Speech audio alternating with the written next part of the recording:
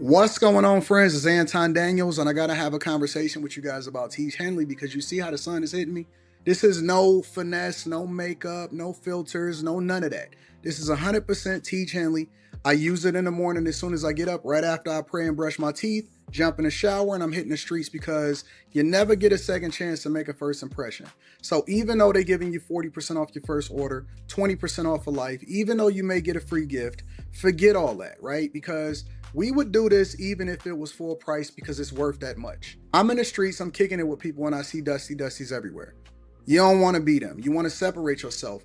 And the way that you separate yourself is self-care. Ladies get it for the fellas. Fellas don't wait for the ladies to get it for you. I'm about to hit the streets right now, and I'm feeling confident. I'm feeling great. I mean, I already got confidence, but to have that extra boost of confidence, knowing that you've taken care of yourself and you set yourself apart from all of the rest of the sheep that's walking around making bad decisions on a daily basis.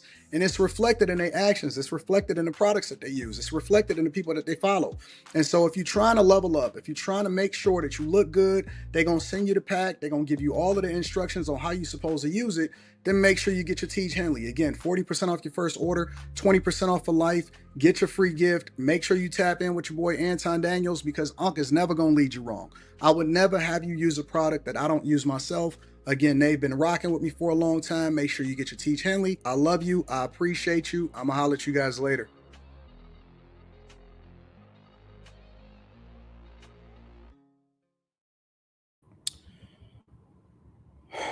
What's going on is Anton from AntonDaniels.com. I appreciate you guys for continuing to rock with me. Thank y'all for continuing to tune in. Listen, y'all. Listen, you would not believe. I need more time. I need more time. I do. I'm dedicated to never missing, and that's why we having this conversation on a Sunday. But man, I need more time. I do. I need more time. I don't know. No, you don't want to know my story time, done. You don't want to know my story time, bro. I don't think I'm built for story times today. I genuinely don't, man. It's been a whirlwind. It is. I think that after this month, for just like a year straight or something like that, I'ma just stay in Detroit and chill. Nah, hell no. Y'all not about to have me venting on the internet. I believe, let me tell you what I believe, and then we're gonna get into the show. I believe that as men, we have an obligation to ourselves to never show weakness. As crazy as that may sound, we haven't. I was taught when I was growing up by my father and my uncles and everybody else that was around me. I was taught that you never let anything get in the way of your purpose and you never show weakness. You never let anything get in the way of your purpose and you never show weakness. So I think that a lack of vulnerability is a superpower. They tried to finesse us, women, feminist society and culture. They tried to finesse us and tell us that us being vulnerable, um, in general, was a good thing. It's a superpower. Hell no. That's not a superpower. You airing your shit out as far as how you feel, because it's nothing crazy. Let's be clear. Like it's not like, oh my God, life changing moments. It's nothing like that. It's just that the feelings that men go through on a regular basis, to endure the things that they endure through, um, that's the part that you want to keep to yourself. You know what I'm saying? So I think that as life continued for me in particular, I've become more closed off, more segmented off. And whatever it is that I may feel at that moment, I just take into consideration that in the morning I'm not gonna feel that way. So I'm not the type of person to pick up the phone and start airing out business. I'm not ever gonna go live and say nothing negative about nobody. I don't do that from an emotional perspective.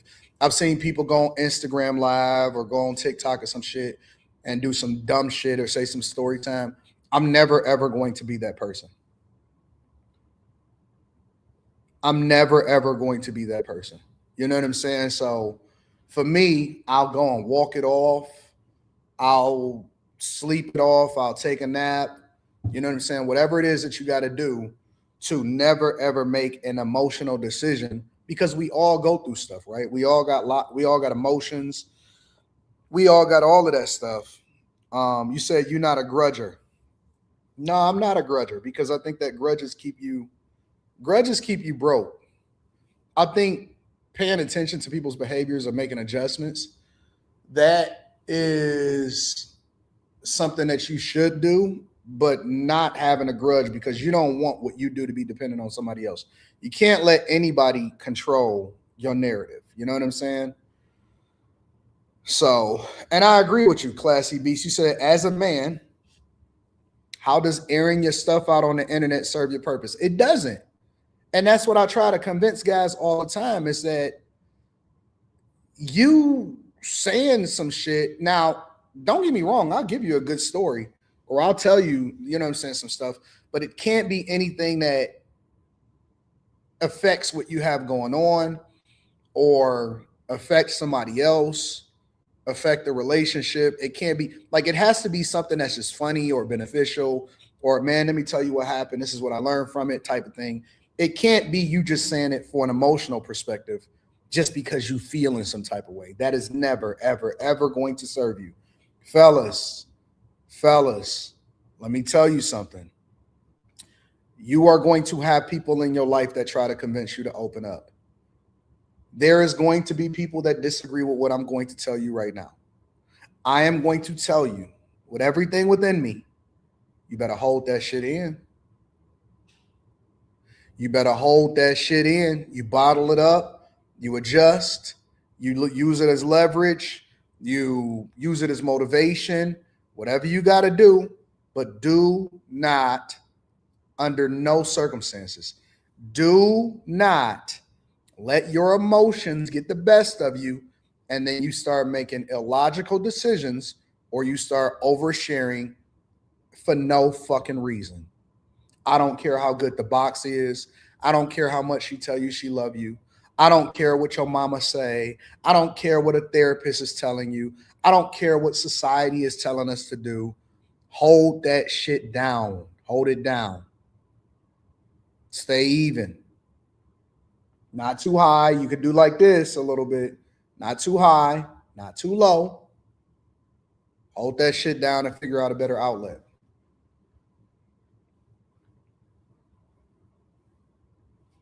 I'm telling you. I'm trying to tell you. I did not get to be 43 years old by being dumb. I did not get to be 43 years old and be rich by being dumb. Most of the decisions that allow for you to become successful are not the things that you do in your business. Like, it's not the fact that you started the business. It's not your IQ. It's not your acumen. It's not how smart you are. It's not how well you do math. Like, you need those things. Those are tools in your toolbox that allow for you to do your job more successfully, right? It's almost like digging a hole, right? The tools is the backhoe, it's the shovel. You know, you getting a better set of tools allow for you to be more efficient and grow your business. But the thing that allows for you to be successful in life and business and relationships have nothing to do with your emotional intelligence. It has nothing to do with how smart you are. It has nothing to do with any of that. It's the decisions that you make on a daily basis that of whether or not you can control your emotions, whether you can be consistent, or whether you can be make a wiser decision than the next person. That's it. That is it. That is the separation between the haves and the have-nots. That's the separation between the suckers that get took into the bank and the people that make a smart decision and make a wise decision. That is the difference between winning and losing. It's the difference between making $1 million a year and living an average life. The difference is the decisions that you make every single day. It has nothing to do with how smart you are. It has nothing to do with how intelligent you are. At all. It's not. Every day, I have a set of choices that I have to make every day, and it's a lot of them. And I have to, okay, I'm gonna push through this. I'm gonna do this anyway.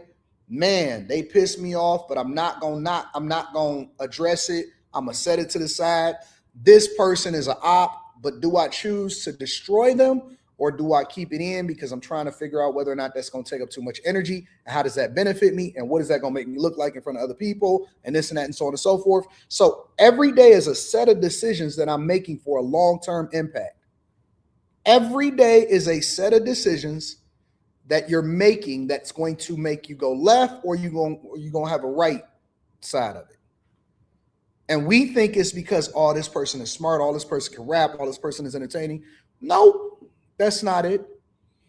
As a matter of fact, I'll tell you, I'd rather be a Tech 9 than a Fat Joe, right? The richest, if we want to look at it from an entertainment perspective, because we use that as a litmus, right? That's something that we can relate to because we like entertainment. The richest rappers are not the ones that sold the most records. They're not the ones that was the most talented. Most of the time, the person that has the most talent ends up broke at the end of their life and they die.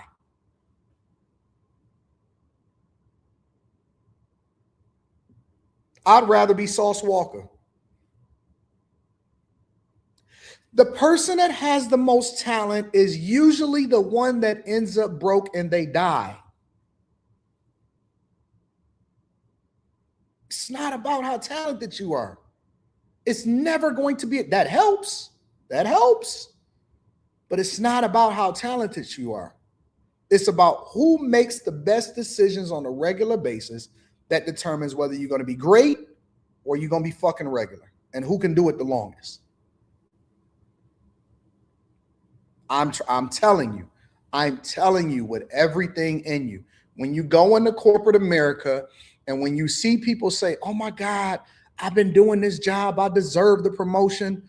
It's not about the person that is the best at the job. It's the person that is the most likable. It's the person that chooses not to make a bad decision, that didn't embarrass themselves, that knows how to play the game, that communicates effectively, that makes themselves seen, that actually goes into the office, that maintains the relationship, that makes the extra phone call. That's what it is. It's not the person that is the smartest. It's not the person that is the smartest. It's never going to be the person that's the smartest. Ever, ever, ever, ever. AD, are you in Vegas? Yes, I am. At the top floor, too. Remember that. See that? Vegas, baby. All of that, Vegas. I'm in a loft. See this loft? This is a hotel room. All of this is a hotel room. Bedrooms over there, bedrooms up there. Got a whole kitchen over there. Got a whole layout over here. All of this. Look like a 3-bedroom apartment in this bitch.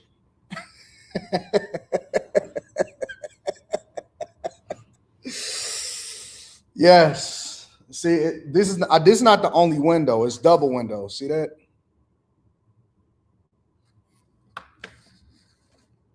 So, yes, I am in Vegas. And yes, I am in a hotel room.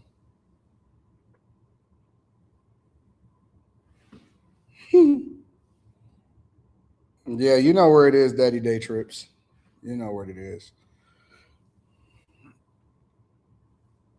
You know what it is. All right, y'all ready to get started with the show? Make sure y'all hit a like with the algorithm, subscribe to the channel, turn on your notifications. Don't make emotional decisions. Yes, got to keep the same vibes, K. Cooper. Got to keep the same vibes.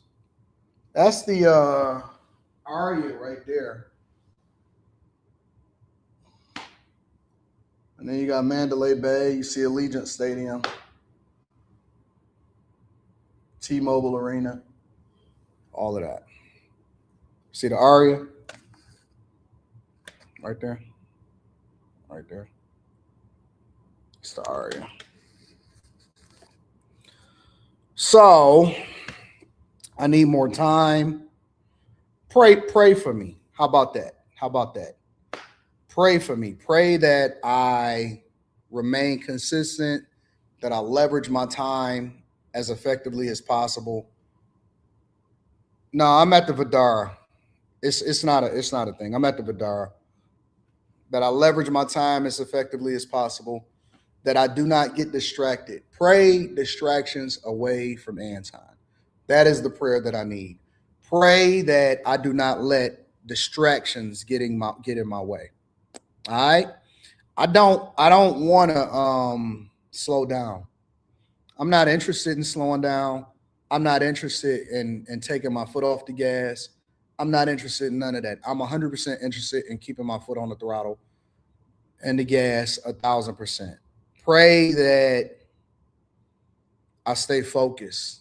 I gotta stay focused. I don't want to slow down. I'm not interested in slowing down. I don't want work-life balance. I don't want no extra friends. I don't care about none of that shit. I don't give a fuck.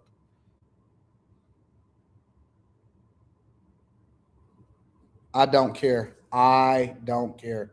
Pray that I stay focused. All right. You said so no hoes. Man, fuck these hoes. Fuck the hoes. Nigga, we got money to get. We got a legacy to build. I don't listen. When I look at the buildings of these philanthropic people, when I go to these universities and I see the Alfred Taubman building, or when I look at the Encore, or when I look at all of this stuff, guess what I don't see? I don't see. We got to stop pedestalizing hoes, man. I don't see the name of the woman that he was fucking right next to him. That's a temporary pleasure, bro. That's what I mean by staying focused for guys. Fuck the hoes. I don't see nobody in history referring to a woman unless that woman took him down. That's it. That's the only time you ever hear of a woman. I'm gonna talk about it today with Offset. Man, fuck a hoe, man. Man, what? Don't care. We don't care about no hoes, man. We focus, bro. The women is supposed to be leveraged in order to make more money. We not focused on no box. Man, forget them hoes, bro. They go look. What you think it's gonna be a shortage of them? They always gonna be there. It's never going to be a shortage. In my 43 years in life, let me give you a little bit of insight. There has never, ever, at any point in my life, I know a lot of people think that they know me based off of the image that I'm giving you today. There has never in my life, not one time in my life, been a shortage of women that is available at any given time. The thing that has made me successful is that I don't give a fuck. That's the difference. I don't care about what a woman think. I don't care about what a hoe think. Man, that's a distraction, nigga. You ain't read the first story in the Bible? You ain't read Eve? You don't understand what's going on, nigga? Don't you realize that the difference between me and everybody else is that I didn't get distracted by a hoe? You know why niggas stop streaming? It's not that they tired. It's because they got a fucking woman that's in their life that's slowing them down and they let them. You know how niggas fall off? Think about what's this chick, this Christy and Desmond Scott. That nigga about to have a fall off. You know why he about to have a fall off? Because he tied himself and his fortune to a woman. I know a lot of people gonna say it's because of infidelity and all of that. That's not it. That's not why he's gonna fall off. He's gonna fall off because his brand was directly when I tell y'all on this live stream, we're gonna have a Sunday session today, huh? When I tell y'all on this live stream to detach yourself and stop sharing joint YouTube accounts or joint this or joint that, bro, you have to be able to rock out on your own. You can't be integrated because now you're forcing people to choose sides. And guess what they're going to always do? They're going to do the same thing that they did to your grandmother and your grandfather. They're going to choose her side. Why? Because she's a woman and because she's pretty. Dog, you have to build on your own. You have to be yourself. And I'll give you something else. If she cheated and he didn't cheat, she would still be more successful than him. Us as men, especially when you're a public figure, especially when you're a content creator, we have to work 10 times harder than women. Think about the platforms. Women are way more successful on TikTok and Instagram. Men are way more successful on YouTube. Why do you think that is? Or long form streaming, Twitch, Kick. Long form content, men are more successful. Listen, I'm going to keep it 100 with you. Long form content, men are more successful. Short form content, women are more successful. They get a bigger following, faster, more support, and all of that, which means that long form content is much harder to make. It's something that you have to be a lot more consistent in. You can't take days off. You can't do what you want to do. You got to be consistent, right? So when you think about it in the lens of how we look at men and women, and now that we have so many women with visibility, men have to work 10 times harder to be more successful than our counterparts.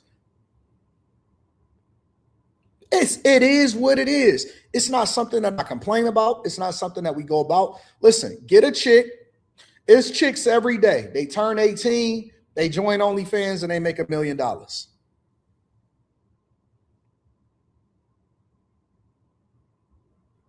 They have anticipation for them to turn 18 to join OnlyFans, and they make $1 million. Gamers. Guys have to be good at the games. Women just have to make sure that they show a little bit of cleavage. When have we ever gave a fuck about how good a woman is at the game?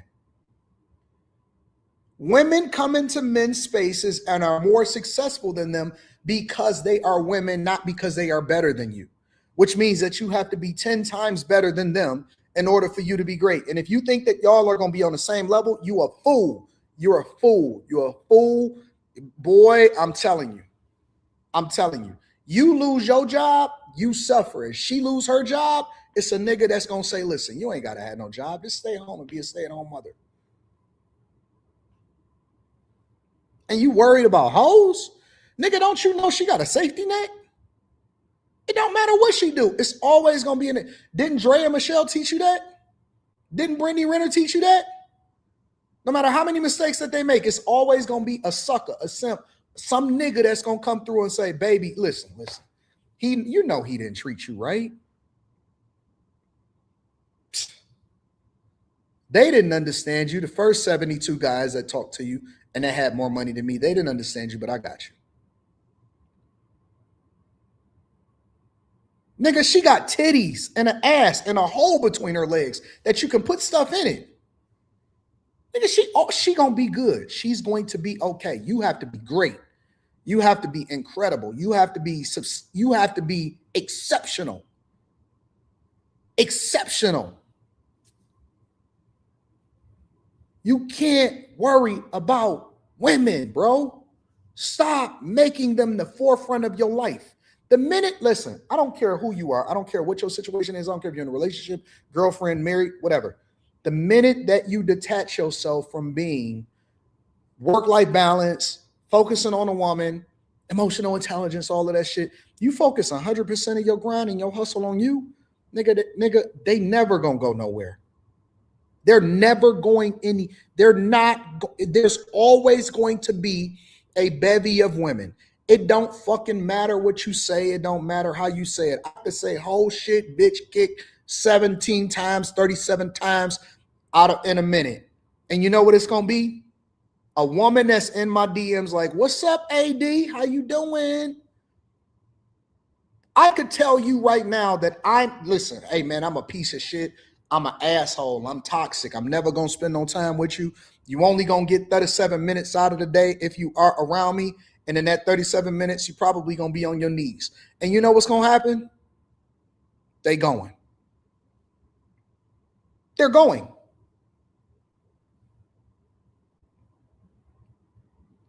They can't help themselves. They're going.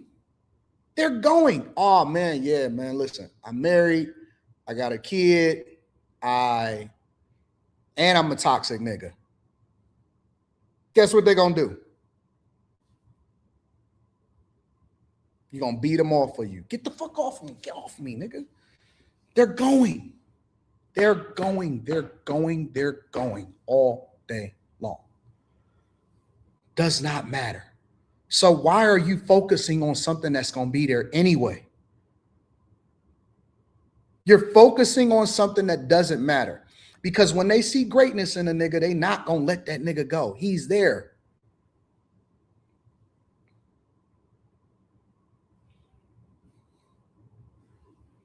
Never, ever, ever, never, ever have I ever. You know how I've been so successful when it comes to relate? Because I've been focused on myself.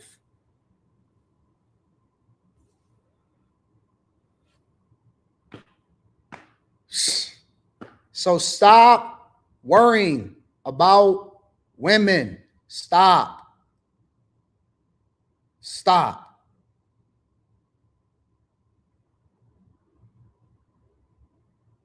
Stop. Stop worrying about them. They're going. They're all going. 100%. All right? Hopefully that helps you. I know you ain't, listen. You haven't had strong masculinity in your life because you was raised by your mother, and that's not your fault. That's not your fault. I'm here. I got you. I got you, bro. All right? And that's not misogynistic. I'm not saying anything negative about women. I'm telling you the nature of men and women and how we operate. All right? Let's get into it. Make sure y'all hit a like for the algorithm, subscribe to the channel, and turn on your notifications. Before we get into this protest and all of that, and I want to get into Offset and all that type of stuff, right? This is a story that just keep popping up on my timeline, and I didn't anticipate talking about it. Well, it's Sunday, so I'm a little off. Let me read Cash Apps and Super Chats. I got y'all. Y'all ain't streamed with me on the Sunday in a long time on the Millionaire Morning Show. First of all, shout out to ESDC. I appreciate you, ESDC. My dog, Mike That Dude, says, Bag Chaser, I'm holding you down. Thank you, Mike That Dude. My dog, Spencer Campbell, in the building, says, Sunday morning show. God bless. I did, listen, I know some of y'all seen my live stream yesterday. It was set up for 9 o'clock. It was set up for 9 p.m. Eastern. You can't control these planes. You can't control your schedule sometimes. Everything be getting jacked up and messed up and all of that. So, and then my room wasn't ready as soon as I got here. So I had to wait like an hour and a half. And then once my room got ready, because, I had a certain type of room that I wanted, then I had to have the maintenance guy come in because the air on one of the thermostats was a little off or something. So it was just like, it was like Murphy's Law. It was like everything that could go wrong went wrong. And, life is life and life happens. Like, it's some stuff that you can't control and it's some stuff that you do control. So I said, well, you know what? We're going to get back to it in the morning and we're going to rock out. All right. You said, so that isn't an upgrade, you picky. No, I mean, I know what I want. I want room. I want to sleep in this room. I want to sleep in that room. I want to have a kitchen. I want room service. I want a specific view. I don't want the strip view. I want to look at Allegiant Stadium at night because it's beautiful. I like the Allegiant Stadium. I want a certain room. And so, I got to make sure that I get that. Read some of these super chats. This is probably the third or fourth Sunday stream ever. Facts. And 6 seasons. Talk about it, Spaces. Cecile says, morning, Anton. I still listen and enjoy your content. Keep up the hard work. Thank you, my friend. Hey, if y'all not a part of the Patreon, make sure y'all tap into the Patreon. Link is in the description. It's been to the top of the chat. My dog, Classy Beats, in the building, says, thanks for the Sunday live, AD. The weekdays have been crazy getting to the bag, so it's great to be able to catch a live. Appreciate you. I appreciate you too, my friend. Man says, good Jim's been up since 6 a.m. Sunday.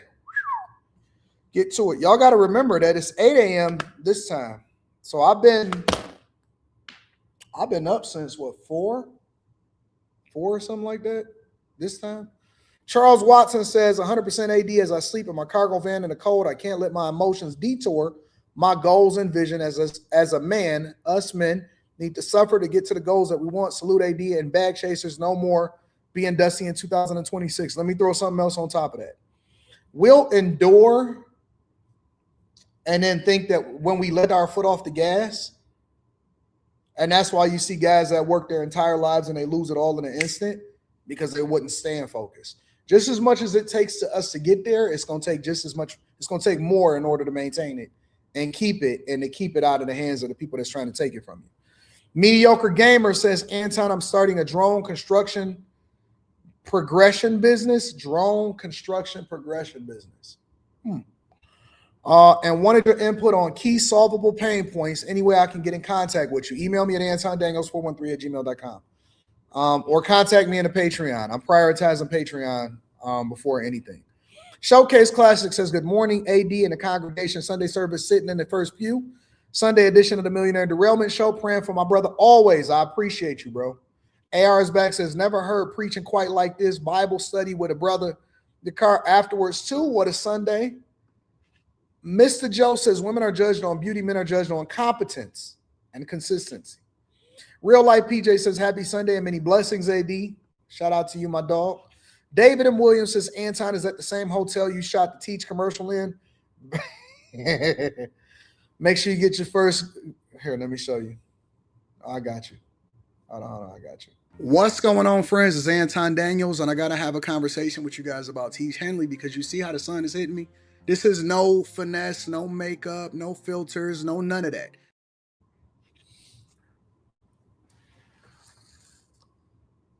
See the background?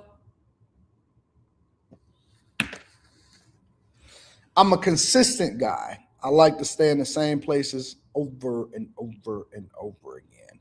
I don't switch up. That's a good catch. That's a very, very good catch. Oh, so you've been paying attention. Yeah. You've been paying attention. You see the same? Look, let me show you. Hold on, I got you one more time. What's going on, friends? It's Anton Daniels, and I got to have a conversation with you guys about Teach Henley because you see how the sun is hitting me? This is no finesse, no makeup, no filters, no none of that.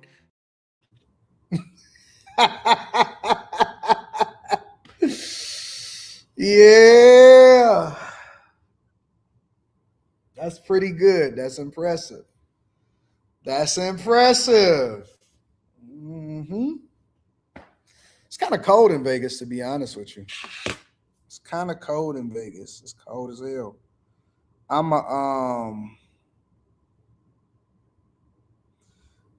might have to get back over to Los Angeles. I don't see how people, well, I can understand it from a tax perspective, but if you're just doing it based off of weather alone, go to California, bro. Go to California. It's cold. It's cold, Heather Woods. Heather, you in Vegas? Oh, you shouldn't have told me that. You shouldn't have told. Heather, why you ain't tell me you was in Vegas? I'd have had you pull up. Hey, come hang out with the G. Jason Gregory, I appreciate you. Thank you, Jason Gregory, for holding me down. Y'all don't know how much I look forward to kicking it with y'all because I'll be tired, man. I'll be tired. Am I going to catch a Knights game? I don't know if they got a game out here while I'm out here. Let me see. Knights, Vegas, Las Vegas Knights. That's the hockey team. The Golden Knights. Oh, they got a game today. Oh, I don't, but that's not here. Let me see. Their next game is here.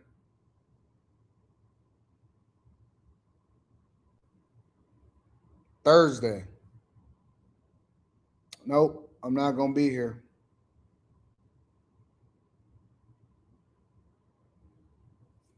Nope, I'm not going to be here. I'm about to lock in, bro. Thank you, John Aguirre. I'm about to lock in, bro. I'm seriously, when I get home, I'm locking in, man. I'm locking all the way in. I'm locking all the way in. Anyways, I want to share with y'all this story really quickly.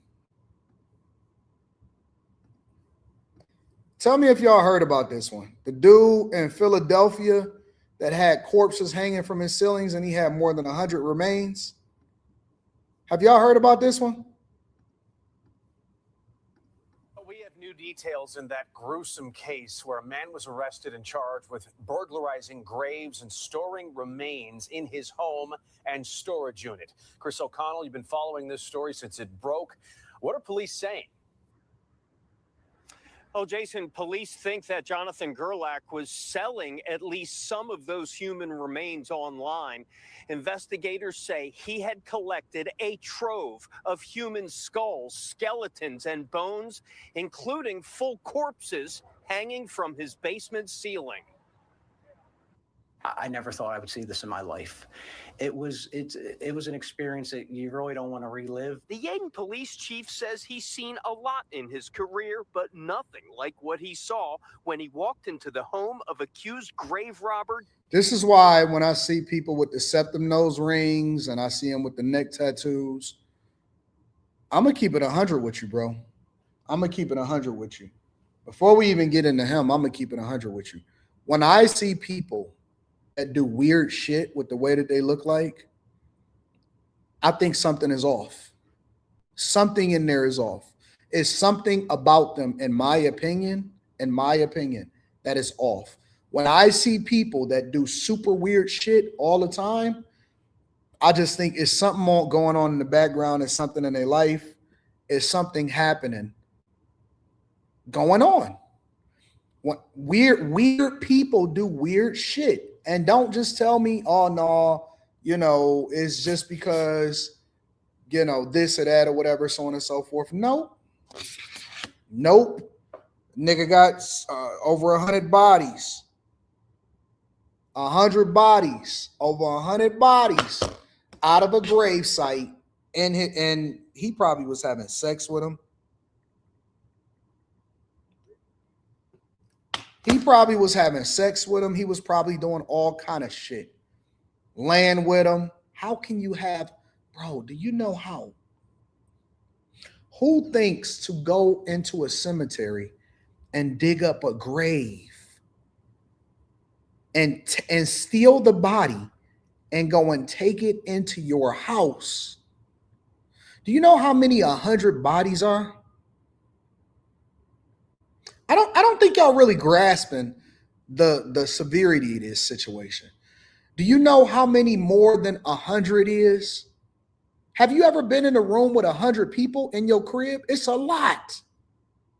100 people is a lot. It is a lot. It is a ton. Do you know what it had to smell like in there?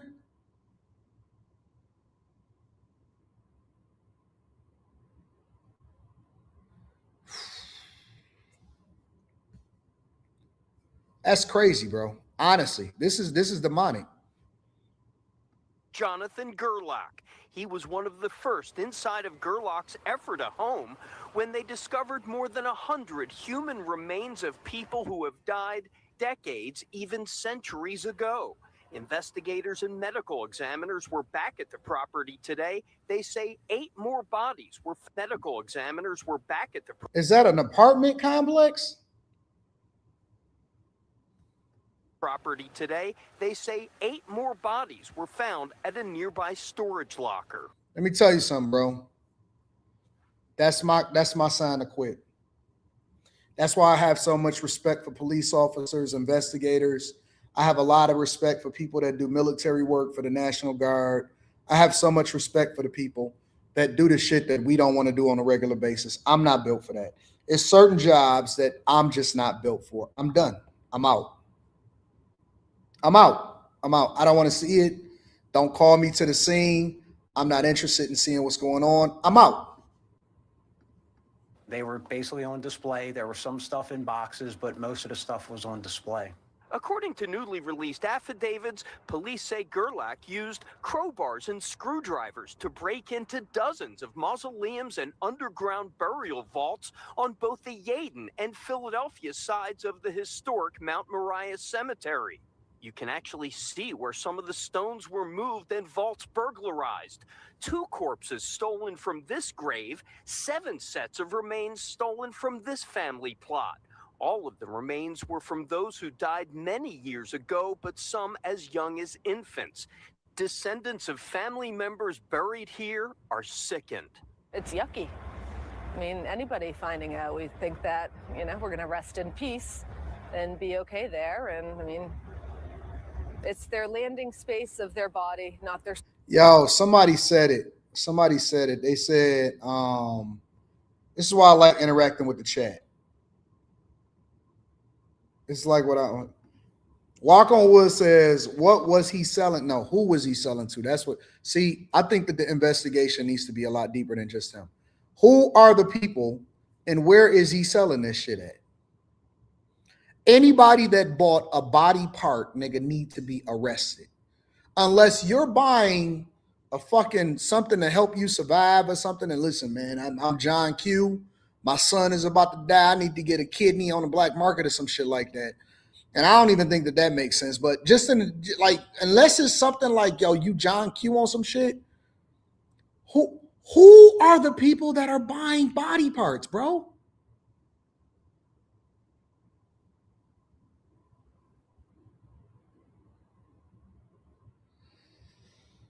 There's a fetish for dead body parts?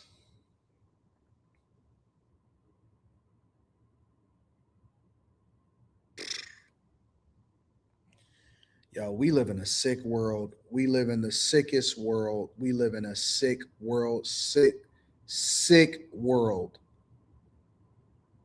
This is a sick world, bro. It's nasty. It's nasty. You wouldn't believe the type of shit that people got going on in their minds, the type of fetishes that they have going on, bro. We walk past people every day. And I guarantee you, look, the media is propaganda. And the reason why media is propaganda is because if we truly knew the truth, like if we knew the truth about everything that happened around us at all times, nigga, we probably wouldn't even go outside. In a grocery store, you pass by a nigga that killed somebody every day. In a park, you pass by somebody that had molested a little kid. We walk in crowds, right? If you really think about it, in places of normalcy, you get on the bus with somebody that probably recently punched the fuck out of his girlfriend, or a chick that stabbed her. Like anything that you can think of, it's all around us, and it's spirits all around us, and it's things happening all around us, and we interact with people and we give them the benefit of the doubt every single day. But there has to be media and propaganda to keep us sane. Otherwise, we wouldn't be normal. We couldn't see life the same way that we see it. If you was able to look at a person and see the truth, like through your eyes, that would be a curse. It would be a curse. It would literally be a curse. It's guys that can't get hard unless they see a woman's feet, and women that's over-rose themselves and they can't even feel anything anymore. And man, listen, bro. Listen.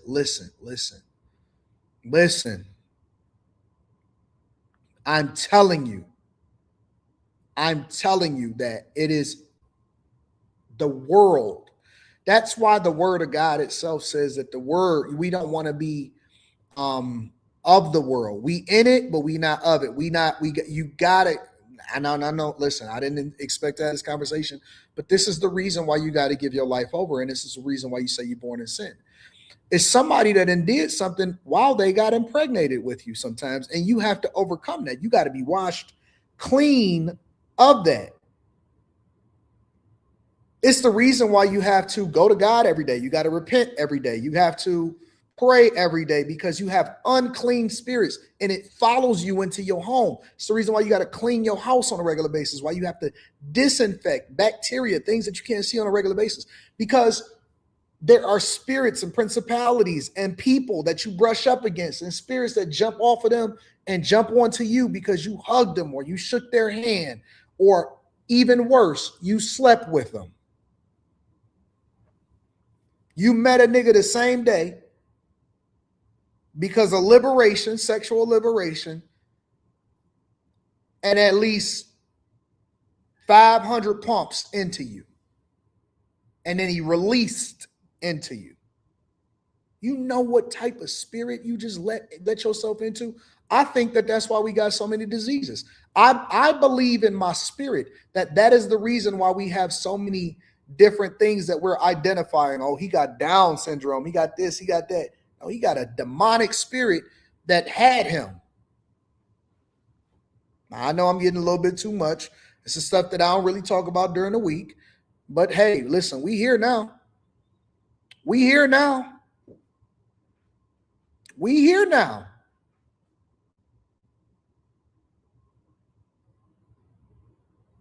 That's why it says don't be unevenly yoked, unequally yoked. Why you shouldn't date. I tell y'all all the time, stop dating, because this is a person that you do not know. You're not even bro, you're on a date with a fucking serial killer and you don't know it because he crafted a profile online and he said that he was a nice person. You don't know this person. You don't know them. You don't know nothing about them. You don't know what their problems are. You don't know that this nigga got an addiction. You don't know them. You don't know nothing about these people. They're walking around amongst us every single day. Every day. And there's some that's way worse than him. This is just what we discover. This is what we discover.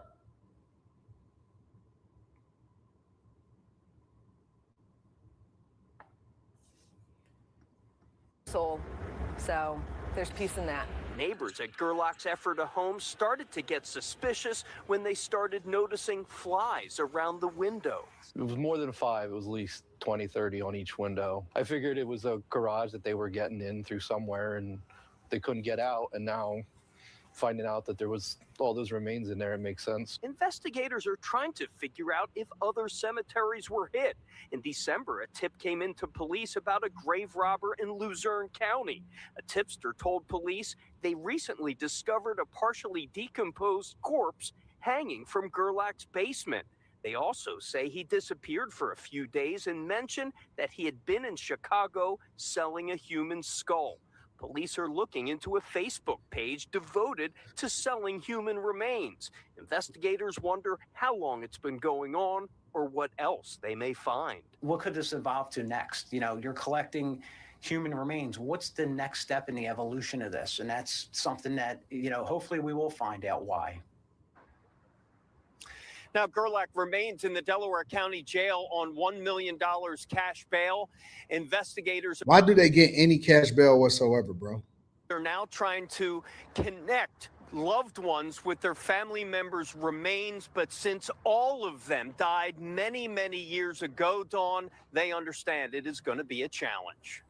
I would, again, my biggest thing is shout out to everybody that... law enforcement, all of those type of people, bro. You, I almost believe that in order to be not a coroner, but who are the people that, like, what's the name of the people that figure out how you die? Thank you, One Man Army.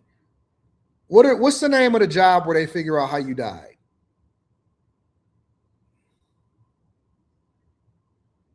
Somebody tell me in the chat. A mortician, forensics, not the mortician. The mortician is the person that's at the medical examiner. That's more. The forensic examiner, coroner, medical examiner. I almost believe that in order to do that job, you have to have a dark side to you. You got to have a dark side to you to do that job, because to see that day in and day out, and then you go home and have a relationship or, hang out with your kids. I can't, because like to be a cop sometimes, right? To be like a straight up cop to find killers and shit like that. In a lot of ways, that's the reason why they have, they work weird hours, but they experience a lot of shit in their life. And that's the reason why they have fucked up marriages. People that be in the military and stuff like that, like them SEALs and stuff, they don't hold good relationships. They don't have strong relationships at home and a good family life. You have to take the worst of the worst and make the best of them. It's like a hacker, right? Have you ever heard of an ethical hacker? A person that goes to find the vulnerability so that they can actually help companies prevent the people that's actually looking to do the harm. Like, you have to have something in you that is able to see the negative in order to bring out the positive and use it for something good. For people that are super successful in certain professions and in certain areas of life, the things that we take for granted every day, they be fucked up in real life and they be messed up in their regular life. It's impossible for you to live a normal life after you've seen what you've seen. It's impossible for you to live a normal life. You ever seen a pimp have a good relationship after he give up pimping? You know why he can't do that? Because he's seen too many women. He's seen too many Johns. He's seen what women are capable of. He's seen the worst of the worst. He's seen the worst of a chick, the worst of men, the worst of people.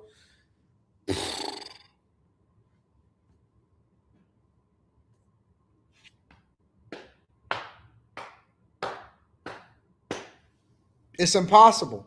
It's impossible sometimes to look at life the way that you see it. Maybe that's also one of the reasons why God didn't want us to have knowledge of good and evil, to be able to even see it. He wanted to protect us from ourselves. He was trying to protect us from ourselves, man. You don't need to see that. That's my job. I'm the coverer. I cover you. I have things, because it's great sometimes being ignorant. The biggest curse sometimes that you have as a person that finds out some of the stuff that you see and know is the fact that you see and know. I know too much. I've seen too much. I believe that's why also, let me give y'all some other insight. That's why I don't believe that a person can be a life coach in their 20s and 30s. I don't believe that a person can be a life coach in their 20s and 30s, because it's not just that you haven't seen enough. It's you haven't learned how to process what people tell you effectively and be able to still remain objective and give out information without being so fucked up. You know what I'm saying? Because you don't know how to balance that. You don't know how to deal with. You haven't seen you haven't seen the things that I've seen in my life, right? You haven't seen. I've talked to hundreds, if not thousands of people. I've seen it all. I've seen it all. I've seen women destroy men. I've seen men that destroy women. I've seen people broken and had to put them back together. I've seen people that have crazy fetishes. I've went through people's finances and seen where they were doing some of the most diabolical shit, some of the stuff they was financing. I've seen dope boys trying to get out the game. I've seen so much. I've seen too much. You know what I'm saying, OG? We've seen a lot. We've seen too much. And so if you're not prepared for that, if you don't even have the life skills, the understanding of spirituality, if you don't have the ability to be able to be objective and understand what's going on, it's impossible for you to be able to coach somebody. It's impossible for you to be able to coach somebody. You can't, because you don't know. You haven't developed the life skills to be able to endure and help people successfully. Because listen, being a coach, I hate when people try to look at it from a monetary perspective. I believe that you should get paid for the things that you do, right? I believe you should get paid well for the things that you do. And the reason why I get paid so much for the things that I do and I'm so successful at what I do is because I developed all of the skills to be able to deal with and give people insight. First, you have to be able to, live it. Secondly, you have to be able to overcome it and be a reflection of it, right? You got to qualify yourself. The third thing that you have to do is you have to be knowledgeable and objective enough to hear what people say and be able to be compassionate or coach them through it. And then you have to assess the person to see how they receive information and if it's the time or if that, because you need to understand them, right? So one of the things, anybody that's ever had a coaching session with me, and it's a lot of y'all in here, and y'all love me because I had coaching sessions with y'all and I understand y'all. Anybody that has ever had a coaching session with me knows that the first 2 or 3 times that I talk to you, I don't even tell you what to do. I'm looking to understand you. I need to know what you've been through. I need to know how you respond to things. I need to know what it is that you're actually trying to communicate, because the thing that you may sign up for a coaching session may be completely different from the thing that you need in order to be successful. And so you have to have that wisdom. You have to, not only do you have to have the knowledge, you have to have the wisdom, the life experiences. You have to be objective, right? Because you can't make a decision based off of emotions or whether you like somebody. And you have to do the thing that's in the best interest of the person, even if they don't want it. Even if they don't like what you have to say, you have to tell them the truth. And then you got to live with it afterwards, or you got to be able to release it effectively. And so when people try to get into coaching because they think it's a lot of money in it, I despise those type of people, because if I said I got cussed out the first 3 because, well, I did it because I love you, though. I despise those people because you're not doing it to give people value. You're not really trying to help nobody. You're doing it to make money. And so you don't have the skill set. The very reason why you're doing it alone, you don't have the skill set to be able to do it. That's why when people ask me a lot of times, Anton, when you're doing coaching calls, Anton, when you're doing coaching calls, I can't do coaching calls until I have the capacity to really be able to pour into people. Because most of the time when I do a coaching call, it's not a one-time thing. We're building together. We building a relationship. I got a vested interest in seeing you successful. I need to know what's going on. I need to do this. I need to do this. I can't coach you one time most of the time. Sometimes it's something that people may have a question. Hey, man, I got this deal on the table, so on and so forth. We mind through it. We look at it or whatever, right? But most times, 8 out of 10 times, there's something deeper in there that we need to dig into. And you got to be, and so part of the 2-3 sessions, the first 2-3 sessions, you got to be able to trust me. Got to be able to trust me. You got to be able to trust that, hey, man, I can loosen up and I can actually tell him the honest to God truth. Oh, here we go, bro. What's up with my camera, man? This what we doing?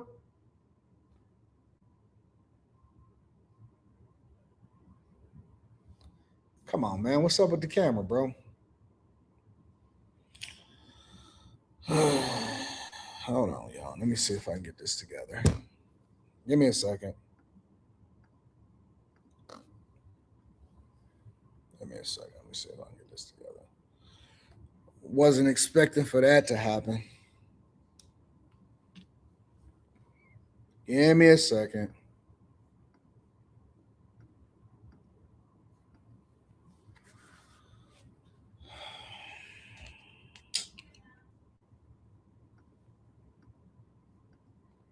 What is up with my cameras? Give me a second. Let me see something, y'all.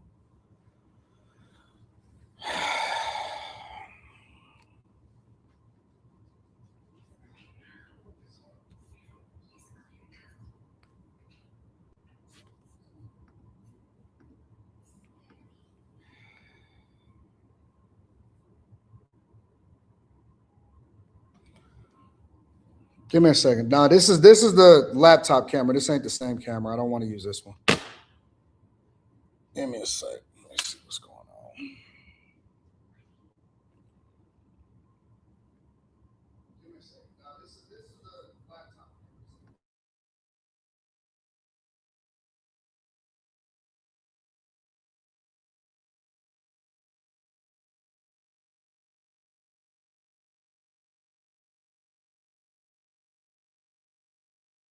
A lot of people don't know that Nah, I don't like this. I don't like because camera's a little blurry and stuff like that. So give me a second. I stream on an iPhone, so I use this to stream on when I'm out of town. I use this one as a personal, and then this one is the business. So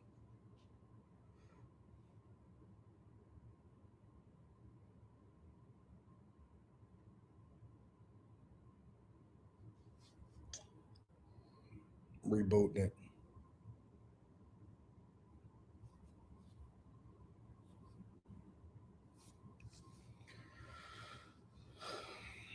Some people says I requested a coaching call.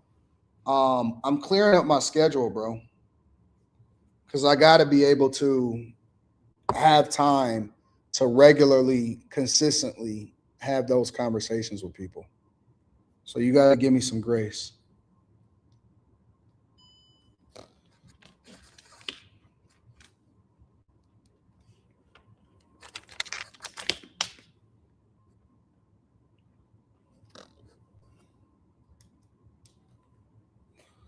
All right, let's see if we can get this working.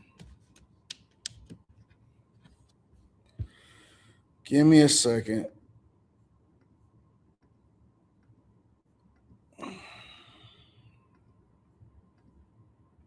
Let me reset this. Give me a second, y'all.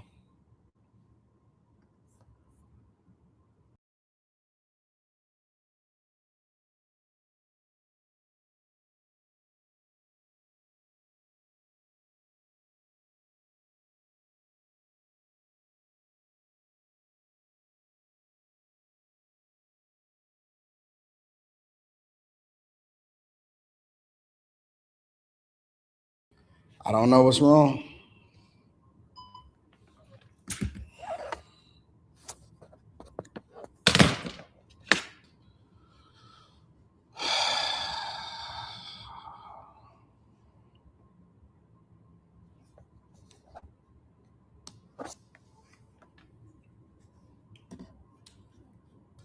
Always something. How does the camera just stop working altogether? How does it just do that? How did it just get blurry for no reason?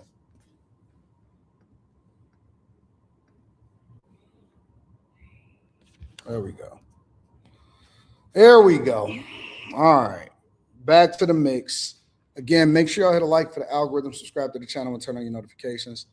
Let me read some of these super chats, and then we'll move over to the next part of the show. Again, shout out to Jason Gregory. I appreciate you. Thank you for the 100 ball. Thank you for holding me down, my friend. I don't take it for granted. I truly appreciate you, my friend. Thank you, Jason. I should stay over by the Red Rock by your house. I don't know if the Red Rock give me a free hotel room though. That's the problem. I don't pay for this when I'm over here. That's the difference. I don't pay for it. You think I'm paying for this? Hell no, I ain't paying for this. You crazy? Cynthia Haynes says, AD Tuesday, I will be attending a rally in D.C. at the Supreme Court over protecting women's private spaces. Could you pray for our safety? God bless you.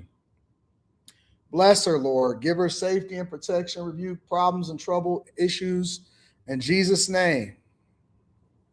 Amen. A modern day Ed Gein. I'm white. I don't know why so many whites are weirdos and freaks, says Mama. Scorpio Dre 95 says Rolo in Vegas and got a show today at 3. I'm sure he'd let you crash his show. Mama says he could have used it for witchcraft and ritual spells. I don't doubt that he's not doing all of that stuff. Chase Barnes says, happy Sunday, AD and peeps. On a Sunday this morning, this is a good church. Shout out to y'all. I appreciate y'all. I would love to do more live streams on a Sunday. I just be trying to figure out where the balance is, to be honest with you. I would love to do more live streams on a Sunday. Anyways, let's go ahead and get into these protesters, all right? Let's see. Let me see if I can share my screen again.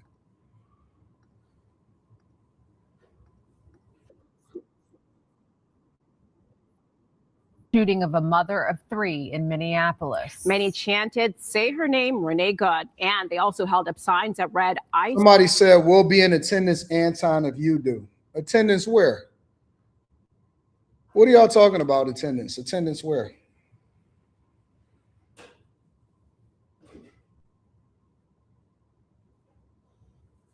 Like when the daycares can't watch, we get it unhinged. Attendance where? I mean, what are you talking about? Be where? I'll be on my stream. Yeah, if I do it, if I stream on a Sunday, I'm thinking about it, honestly. If I stream on a Sunday, it would be on the Room 9 channel. If I stream on a Sunday, it would be on the Room 9 channel. I wouldn't do it here. I would do it on the Room 9 channel. So, but let's get into these protesters. Murdered Renee God. She kind of cute on the right. Peaceful protests were held in Minneapolis, New York City, also Philadelphia, after the release of the hotly debated video that shows the shooting death of Renee God. Many protesters say that ICE is creating an environment where no one feels safe. The protest at Pershing Square in downtown LA was one of the largest today. KTLA5's Chris Wolf joins us live from downtown, where he spoke with some demonstrators. Hi, Chris. Yeah, we certainly did. Good evening, Court and Karine. Overall, the protest here in downtown Los Angeles was very peaceful. There were no major problems throughout the day. However, later in the evening, there were some tense moments with lingering agitators. A face-off between demonstrators and police officers capped a day of peaceful protest in downtown Los Angeles Saturday. LAPD officers formed a skirmish line and held the line near the Metropolitan Detention Center. Only a small number of protesters lingered into the night, challenging police and disrupting traffic. Y'all don't have nothing. I mean, think about this for a second. Look at these people. Challenging police and disrupting traffic. I don't understand. Honestly, I do not understand protests. I don't understand protests. I understood them during the civil rights movement, right? I understood it on that type of thing. I don't understand protests. I am so confused on why people honestly believe. I can't figure out why I would forego money or sleep or women or working or spending time with my family or doing, bro, I wouldn't give up playing video games to go to a protest. And I don't even play video games anymore. I gave up video games in my 20s. I would rather play 2K. I would rather play NBA 2K than go out to a protest. I cannot for the life of me understand why people are going to a Yep, I know that there's some people I know some people are getting paid. You couldn't pay me to go to a protest. There's no way you can pay me to go and put on a trench coat, a bandana over my face, and make a sign. You think I'm about to draw a sign? Man, are you crazy? This is one thing that Black culture got right.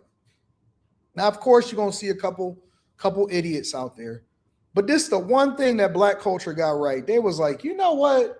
Nah, y'all got it. Y'all got it. Y'all got it.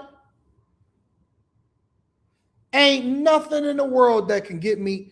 Nigga, do you know how much I like just relaxing and chilling and scrolling on my phone and having a good time and my favorite pastime is sleep. because I get so little of it. I am so interested in sleep. Bro, I started researching sleep studies. I was looking on the internet the other day and I was studying African wild dogs again because that's my favorite animal. My favorite animal is African wild dogs. They are some of the most, did you know they are the best hunters in Africa? They call them painted dogs. They have an 80% success rate. 80%. That is higher than any other animal in Africa. They have a 80% success rate.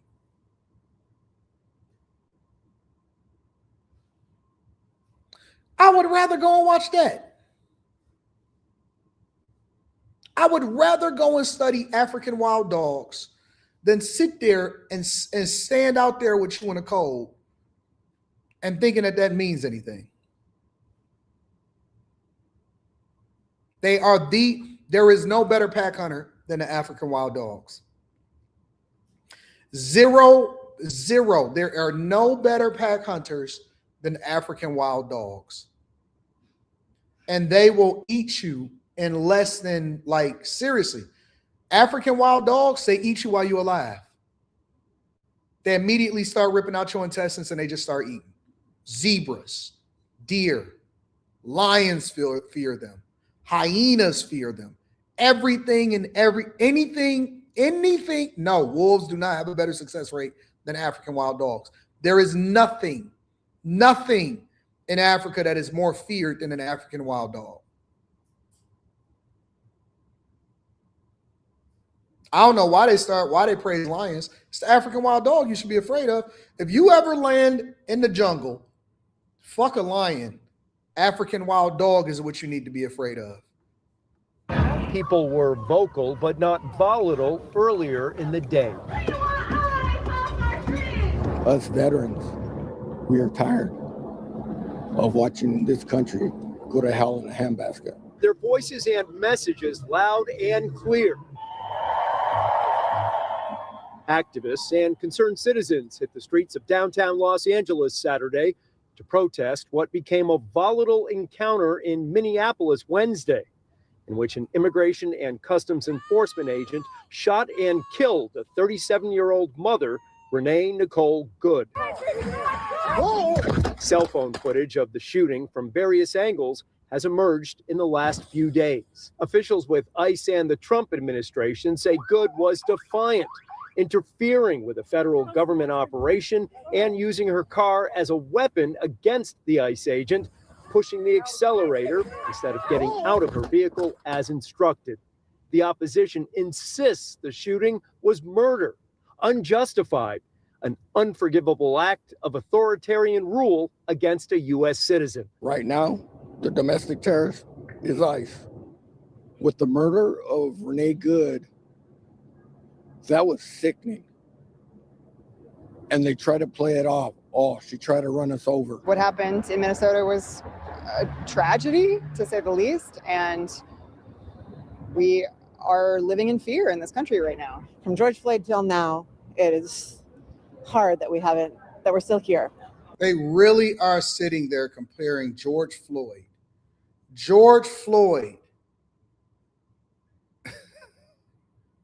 Now, there's a lot of back and forth and a lot of disagreements or agreements about what happened to George Floyd. But let me tell you the one thing that we're not going to do. In any way, shape, or form, we cannot sit there and compare anybody. And when I say anybody, anything and anybody to this woman. This woman is... Fuck his A.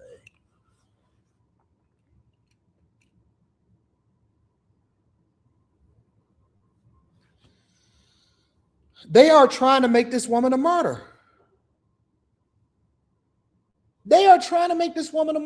You know, I seen a video yesterday, because, you know, I get a bunch of videos that I go through to try to figure out what I'm going to react to and what I'm not going to react to.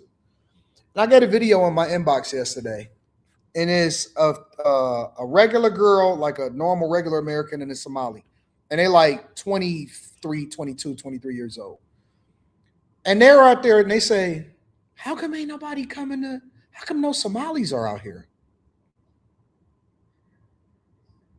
They said, how come, where's all of the young Somalis? You guys need to mobilize. Somalis, mobilize. Let's get busy. Let's make our voices known. They ain't even out there. They're not even outside. They're not outside. They're not even outside protesting.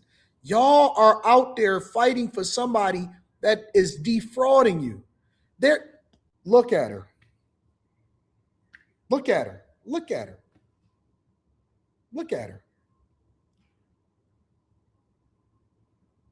Liberal playbook. Just like it. Every single time they look the same. Every single time they look the same. So we haven't made much progress in bringing this country forward and coming together, that it's so divided and so divisive. The LAPD says officers did make several arrests after a dispersal order was issued and people refused to leave the area. At least one demonstrator was arrested for battery on a police officer.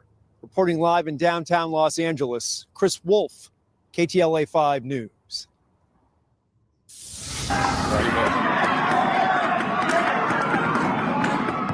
A protest over the deadly ICE shooting in Minnesota turned violent in Santa Ana. This is how I know. This is how I know. When I see y'all out in the streets, y'all niggas ain't got no hands. You ain't never gonna tell me that you ready to scrap. You ready to throw down. Listen, if it was a war tomorrow and we just had to throw hands and it was all hands, y'all niggas going down. You're going down. You're going down. If it was an all hands on deck war, like let's just, I'm not worried about it. I'm looking at y'all.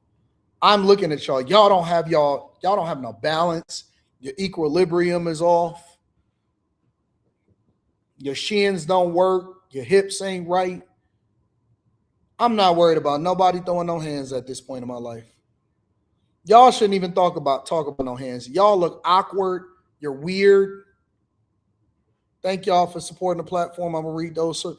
Bro, y'all looking dumb as hell out there. You ain't never, ever, ever, ever. Don't ever get into a fight. Because that time has passed, y'all. Y'all look crazy out there. You off balance. You easily get toppled over. You always slipping and falling.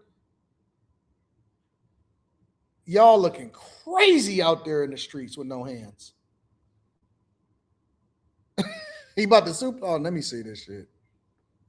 This morning, after DHS officers moved to suppress. Look at how they get. Look at how they get handled. Look.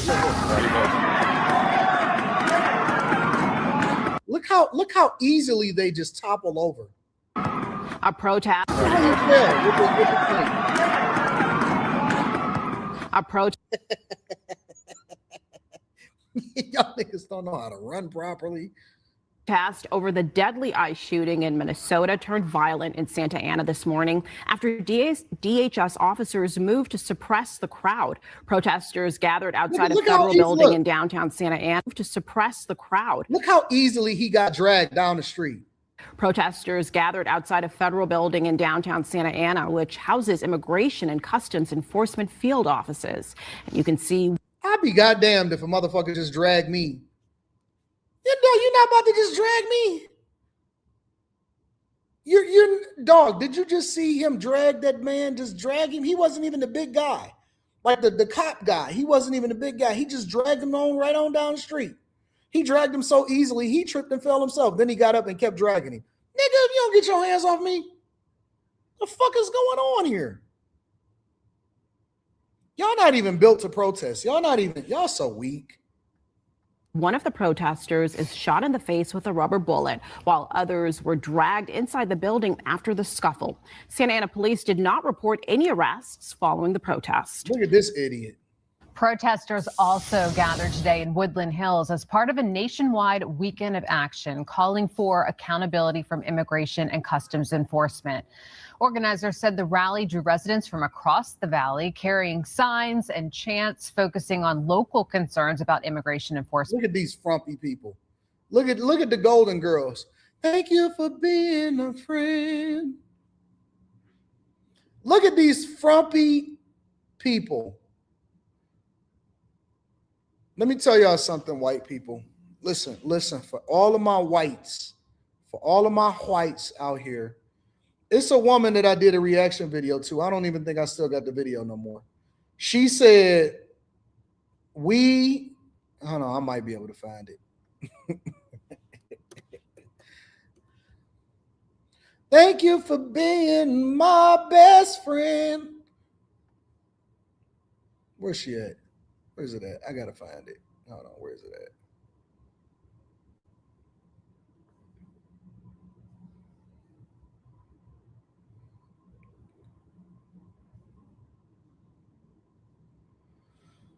Oh, I must have lost it, or I might have unliked it, or unsaved it.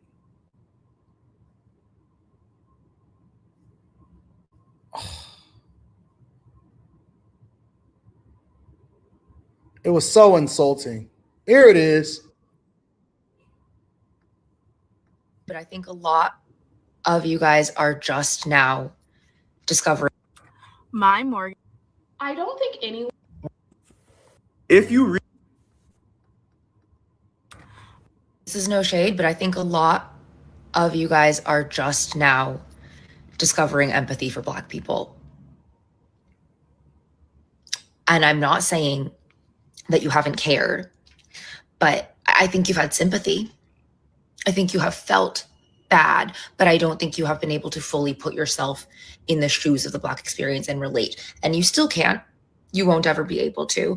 But I'm watching the comments come through about Renee Good and so many non-Black Americans saying, oh my God, like, we can't do anything. We're not safe doing anything. She didn't do anything, and that could have been any of us. I look at that video and I can't stop crying because it just like reminds me of my family. That could have been me. And how do you think Black Americans feel? Have felt their entire lives. You're getting it. You're getting it now. And that's the empathy. And that's a good thing. It's not shade. It's not shade. I just can imagine how frustrating that must be as someone who has lived with understanding this, watching at a mass scale, the rest of us realize, get a taste of it.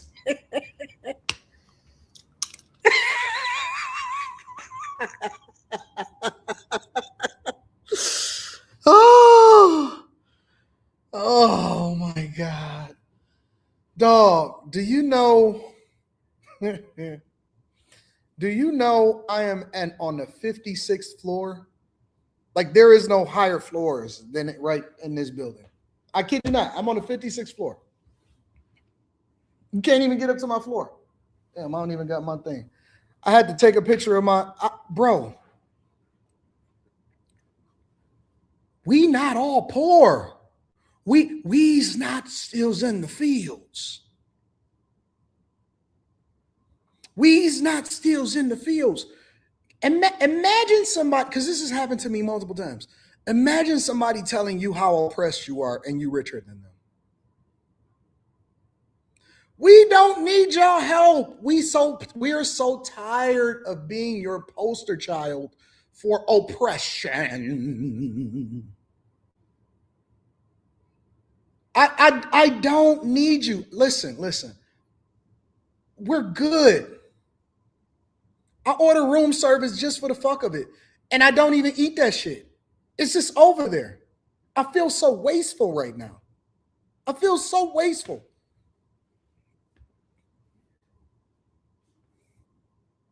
I get so tired of being rich that I just start wearing my Apple Watch because I'm so tired of wearing Rolexes. I don't want to wear a Rolex no more. I'm Rolexed out.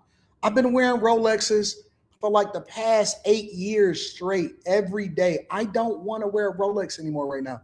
I just want to wear my Nike Apple Watch band. That's all I want to wear. You guys don't understand how black people feel. Yeah, black in America, I'm rich as fuck. And the women love us because they know we got that D. The fuck is you talking about, bro? What? Listen, we're no longer the fates of your civil rights movement. Stop trying to compare us. Stop trying to say that we oppress. We're not oppressed. We're not victims. We go to prestigious universities. We the only group of people that got our own universities. We're the only group of people that got our own universities. We don't need your sympathy. We don't need your empathy. We're not interested in you comparing us every single time when one of you motherfuckers jump ahead of a cop and you self-inflict a wound to get yourself offed. Now you want to include us. Bro, it ain't a motherfucking black person that's out there protesting with y'all. We are cool. We good. I flew over here on a Delta One flight. I did Delta One for a 1-hour flight. I wasn't even in the air for 59 minutes and I slept. I was on a Delta One flight. Real talk. Like, listen. We do so well nowadays. We do so well. Bro, I have a Lambo. I got a Lambo here, and I don't plan on leaving my hotel room. I might go over to the Sphere because I haven't watched the show at the Sphere. I think they're showing like the Wizard of Oz or some shit like that. I have a Lambo that I'm driving. And I only went from the airport to my hotel. It is literally sitting in a parking lot for no reason because I don't even think I'm going to go anywhere.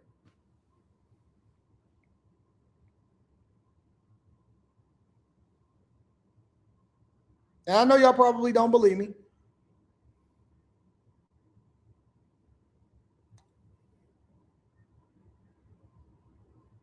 Why do they keep trying to make us be poor? Why do they keep trying to make us to be poor? We're not poor. We're not poor at all.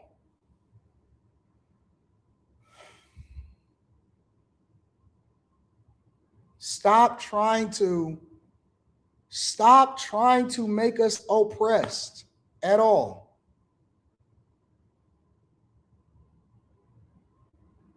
Yeah, I've been doing this for years. We're not oppressed. We are doing just fine. It's more of y'all on food stamps than it ever will be us. I don't like this, bro. I don't. I'm tired of people trying to make us out to be victims. We're not victims. We doing just fine. We got jobs. We got education. We travel. We're smart. We don't have to beg nobody for no fucking That's why I be trying to tell people like, hey man, stop begging them folks. First of all, they're not giving it to you. And secondly, get the fuck up off your knees. You a king. I keep telling y'all, stop begging folks for stuff. You're not no bitch. Get up off your knees, nigga. Don't you see how embarrassing you are? Anything I want, I'm going to go and work for it. I'm going to go get that shit. I'm going to take it. I don't need nobody. God got me. God is my provider. He is my protector. My father got me. I don't need nothing from nobody. All I got to do is put in the grind, put in the work, and take care of business. I'm never going to beg you for anything. I don't need you. I just need you to get out of my way. I just need you to get out of my way. I'm never going to beg anybody. I will never beg bread for anything from anybody. I'm going to win anyway. I'm going to pass you up. I'm going to beat you. I'm going to be more successful than you. I'm going to outwork you. I'm going to have a greater lineage than you. My daughter is not going to have any student loan debt like yours is. We're good. We're good over here. We chasers. We chasers. That's what we do.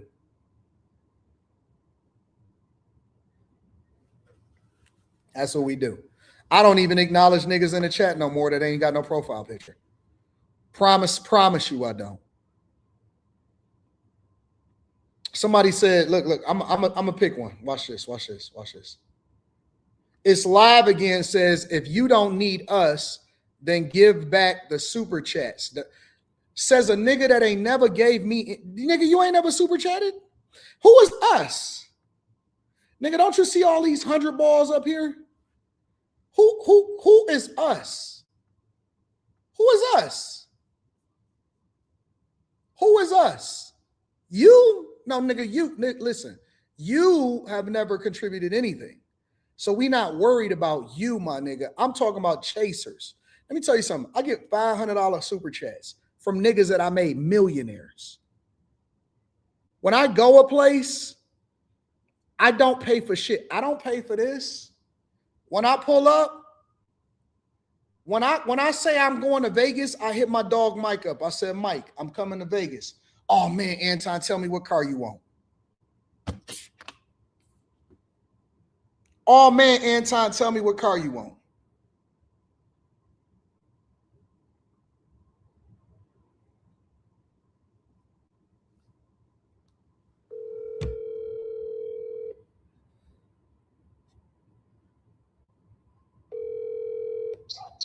What's up, buddy? Mike, why you ain't tell me that this Urus that you gave me yesterday is awesome, bro? Why you ain't tell me that this Urus was dope? I would have got this the last time I was here instead of the Ferrari. Hey, dude, the Urus is the shit, bro. Bro, I appreciate it. Tell me when you're getting the Cullinan back, too. Let me call you right back. Okay, bye.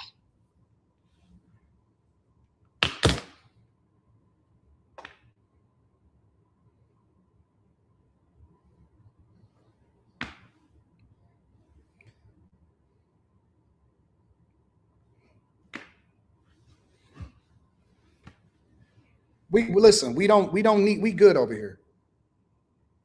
We good over here. We good over here. I don't pay for anything. I just walk around and I'm good anywhere I go. I just have a good time. I just stumble into friends and money and all kind of great shit, and I just have a good time.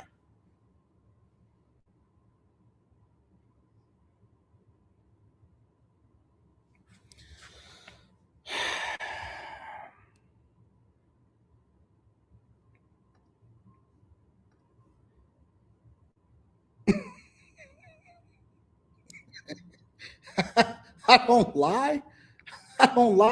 Look at this. The ladies take care of me. I don't even need niggas with no profile pictures because the ladies take care of me. You see what Bridget D do? Nigga, they not short. Nigga, these is bag chasers. These are people that make money off a stock club. These is chasers, nigga. What you talking about? Playoffs and a live stream from AD on a Sunday morning. God is good. Let's go, Chargers. Thank you for your.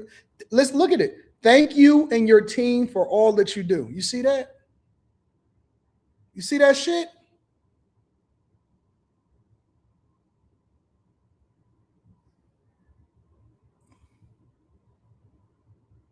The ladies take care of me. I don't. Look at this. Thank you, Jason Gregory. I appreciate you. You didn't even put a message. You just said, here's 50. Yeah, listen, y'all don't know what it's like to be in an abundance mindset. Chase Barnes says they always talk and no progress not made, yet still be trying to benefit from this country.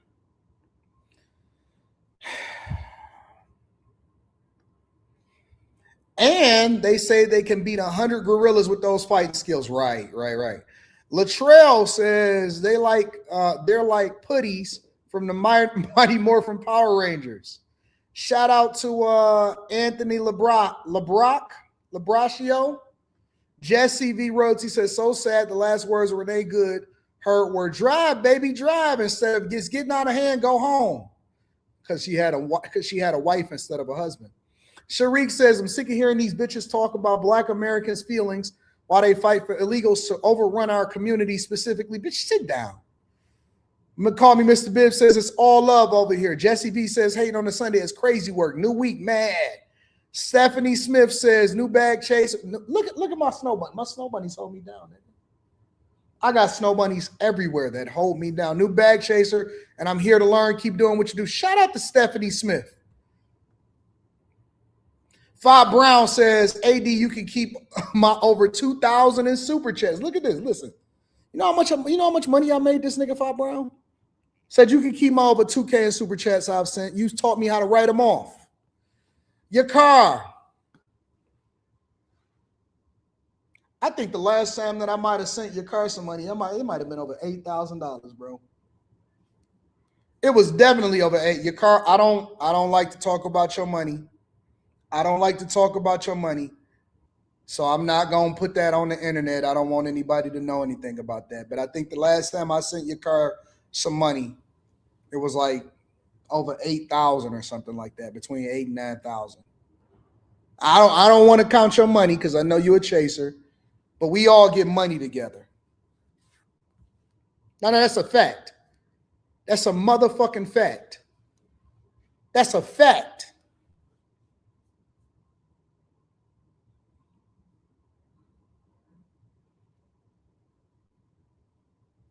Your car get money. This is when we chasers, nigga. What y'all expect? We all get money. What we talking about?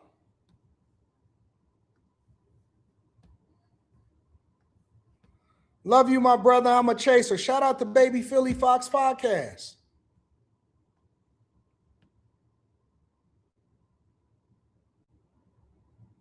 Oh, your car make way more than that. Way more than that. Anyways, when y'all get a group of people that y'all get money with, let me know. Make sure y'all tap into the Patreon. Link is in the description as well as pinned to the top of the chat. Man.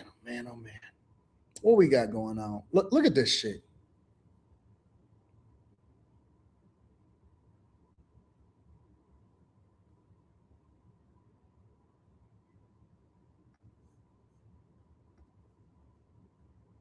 See that? No worries. Shout out to my dog. Shout out to the chasers. Make sure y'all hit a like for the algorithm. Subscribe to. See, this is how we get on a Sunday. We getting disrespectful. On a Sunday. Shout out to my dog, Baby Philly. Said, love you, brother. I'm a chaser. Love Baby Philly. If y'all not a part of the Patreon, link is in the description. Make sure that y'all tap into the Discord. Link to the Discord is in the description of any of the most recent videos. Y'all ready to continue on with the show? All right. We bag chasers now for real. I need that info on how to write off these We'll talk about it on the next live stream. I got a live stream coming up next week, so that should be fun. As soon as I get back from doing the 5150 podcast, I got a live stream on Patreon. All right, y'all. I do want to share this video really quickly. Let me see if I can find it.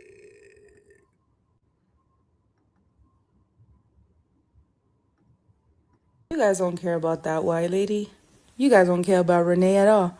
You guys don't care about that lady that lost her life, that got unalived by the ICE agent. You guys don't even care about her. The only reason you care is because you don't like Trump. Anything attached to Trump, you're not going to like. Facts. You're not going to like it. Because if you truly, truly, truly believe that ICE agents are so evil and you hate them so much, you would have hated them when Obama was around too.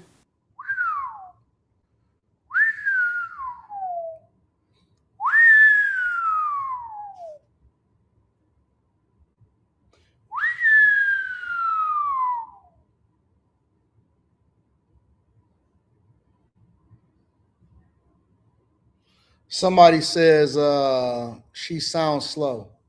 Nah, she pretty smart. And I went to her I went to her profile because I said, who is this little girl looking like a little boy? Who is this girl looking like a little boy? And she took off that hat. I said, oh shit. This is why you got to be careful. Because a lot of girls got these sleeper looks, but they actually fire as hell. They be actually cute as hell. And they take their whatchamacallit off, and they be actually gorgeous as fuck. You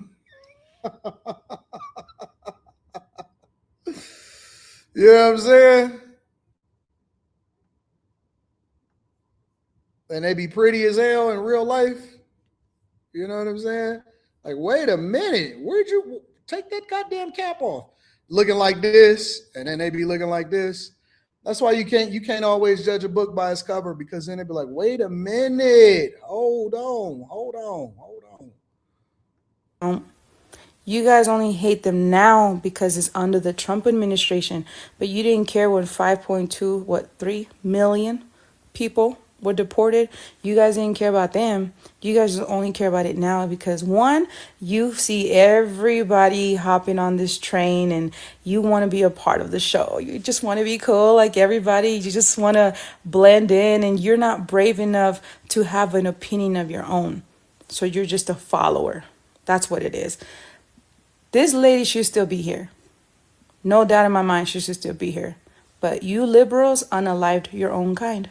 Facts. You guys pumped her head up so much, and yeah, you can do it. All for the camera, all just for social media. And now look, anybody know how the dog's doing?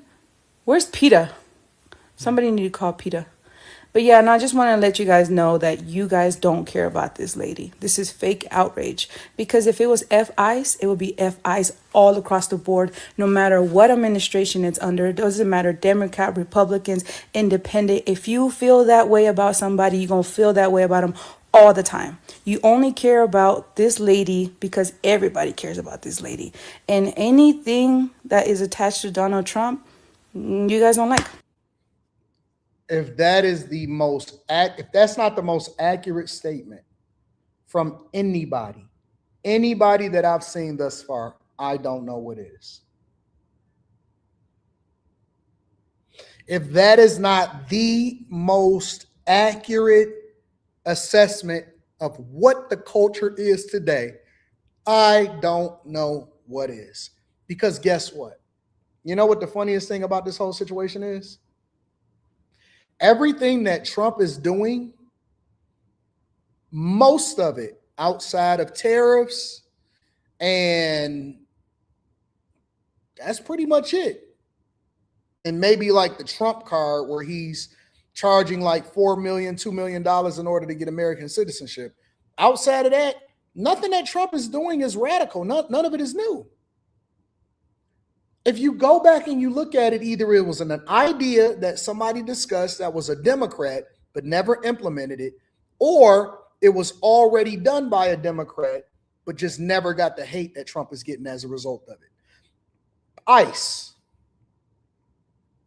ICE. Nothing that Trump is doing is any different from what Obama did and what Biden talked about during Obama's campaign before he even became president, or what any of the Democrats was advocating for in the 90s. Nothing.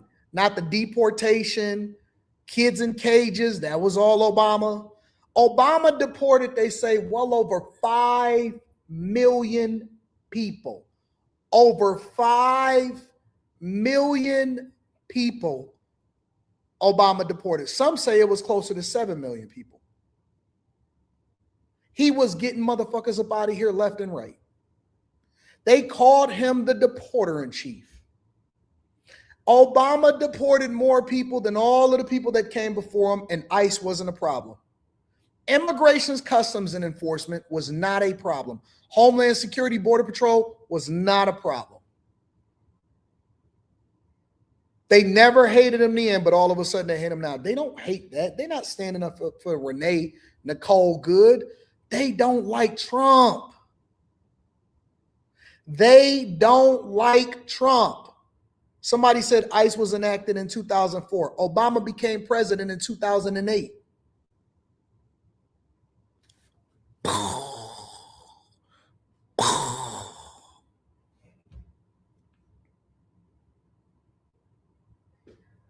I don't know if you remember, but Obama actually became president in 2008.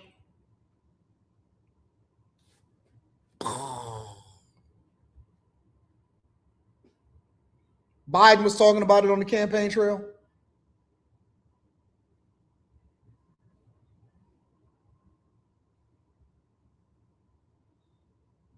Dealing with and fighting China as far as what it is that they was doing and how they were stealing jobs in the United States of America. All of those, most of what we're talking about were moderate Democrat talking points in the 90s.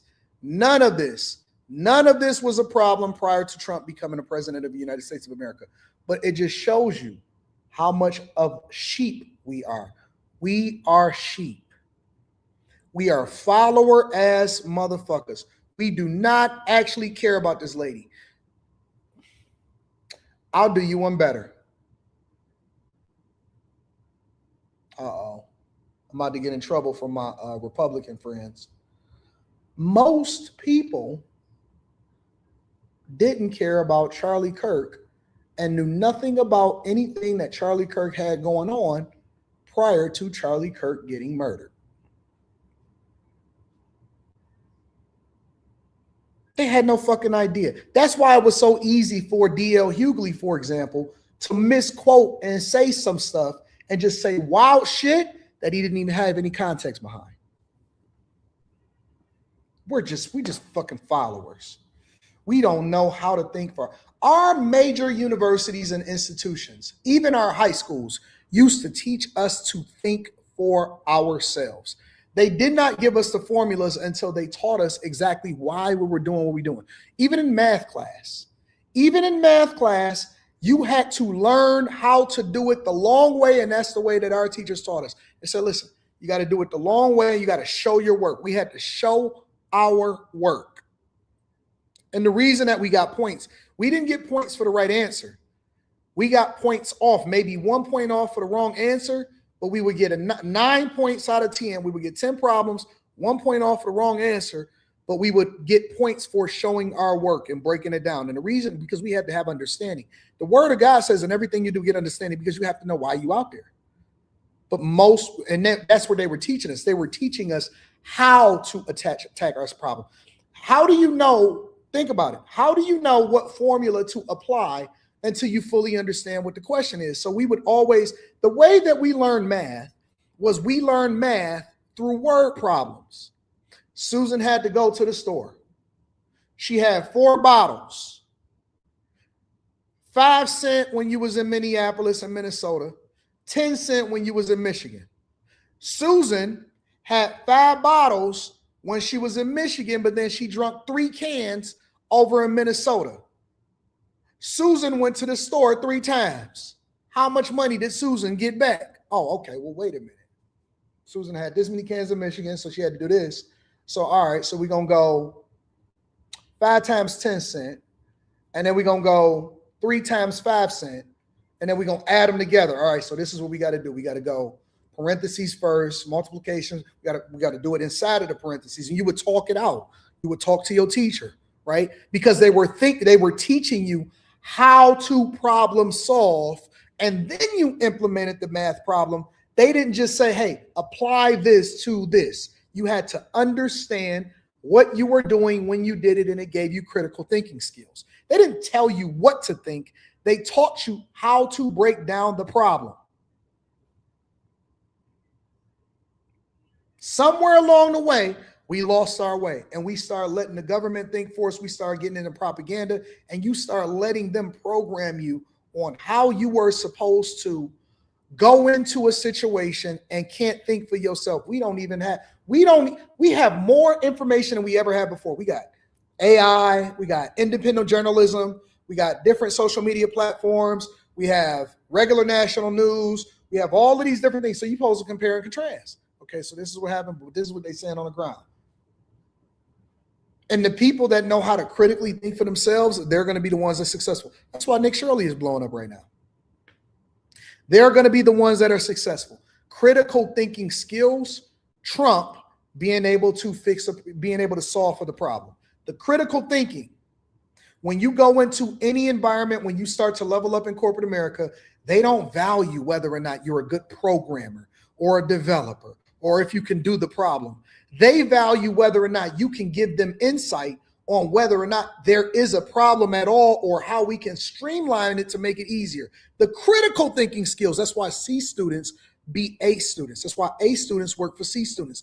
They say it just as a talking point, but they don't actually explain to you why A and B students work for C students. Because C students understood that when I was in high school, it didn't really fucking matter whether or not I got good grades. It only mattered whether or not I got out of high school and went to college. Because we was both going to be going to the same school. So how do I apply my energy to the thing that really matters? All right, we both going to walk across the stage. Cool. We both going to do this. We both going to do that. So I'm going to put less effort. I'm going to pull back on the shit that you think is smart. And I'm going to spend more time focusing on the thing that actually generates the most revenue because I'm a critical thinker. Now, I know how to solve for a problem and I need an A student. Bro, that's all Steve Jobs was. Steve Jobs was the person that understood how people thought. He was able to figure out what people wanted before they wanted it. And then he went and got Wozniak, Steve Woz, in order to build it for him. Could he have learned how to do what Woz did? Probably. But he understood people, and the people that are successful understand people. And the people that are out there protesting are the ones that are being programmed to think a certain way, and the people that are funding the protests have an agenda.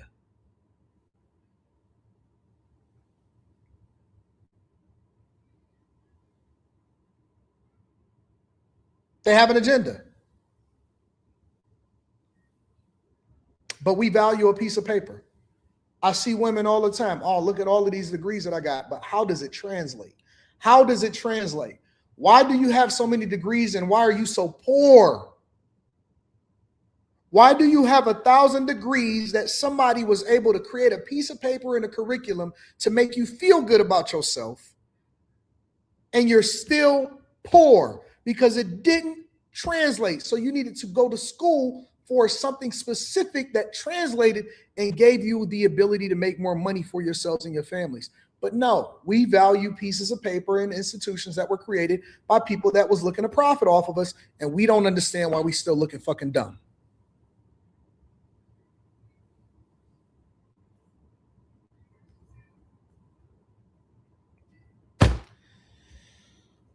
It's always a nigga with no profile picture. Always.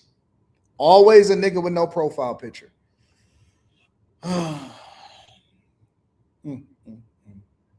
can't convince him. I can't teach niggas how to do things. I just can't. It's like either you got it or you don't. Either you got it or you don't.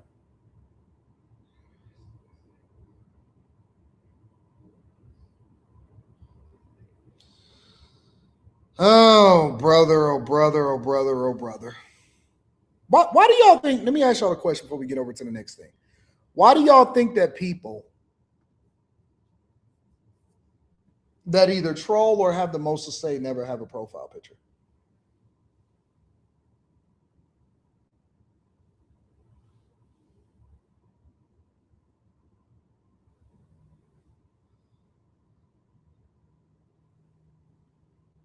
Why? Why do y'all think that?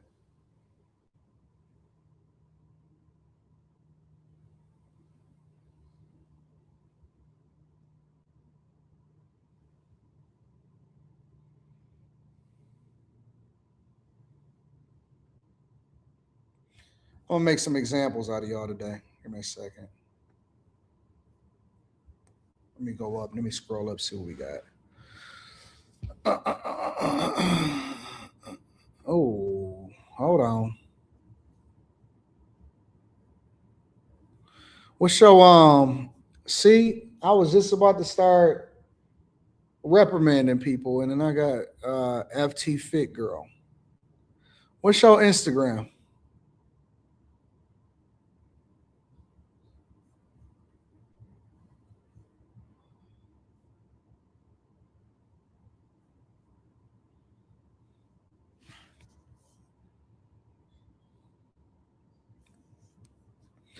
What's your IG?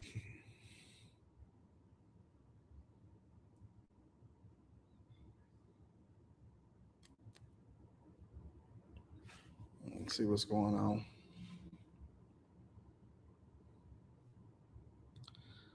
Fit girl, what's your IG? Let me see what you're doing.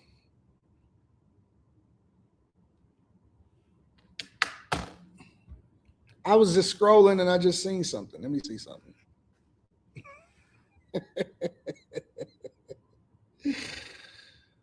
I need to see what her IG is.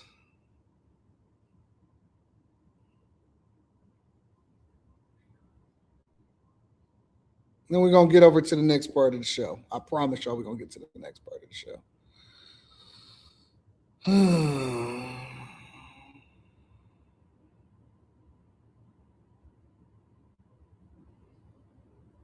I'm focused. Okay, Kirsten, I'm focused. You're right. You're right. You're right. You're right. You're right. You're right. You're right. I'm sorry. I need to focus. Just send me a DM. Send me a DM and we'll figure it out.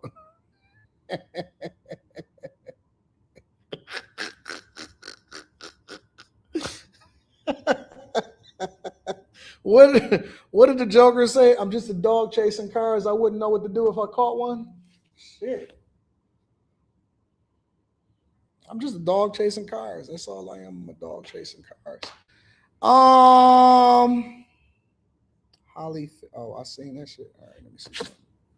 Holly Fitness Trace and Drayton. Are y'all praying for me? Y'all not praying for me.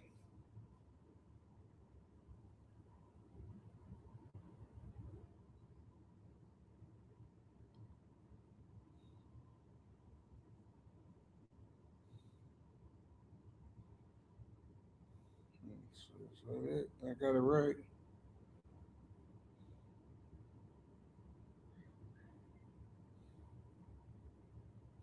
I can't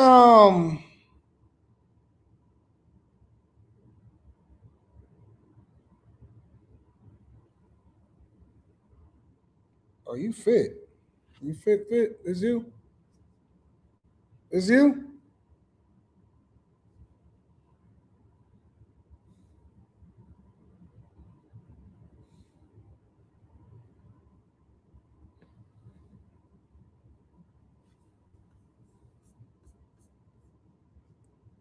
Y'all better pray for me, man. Trying to figure this out. Hollywood, your Instagram ain't got no pictures of you. It just got like pictures of like your posts. It's just like information and shit. You gotta fix your IG, baby. You gotta fix your IG. You are the brand. You are the brand. You gotta get your IG popping.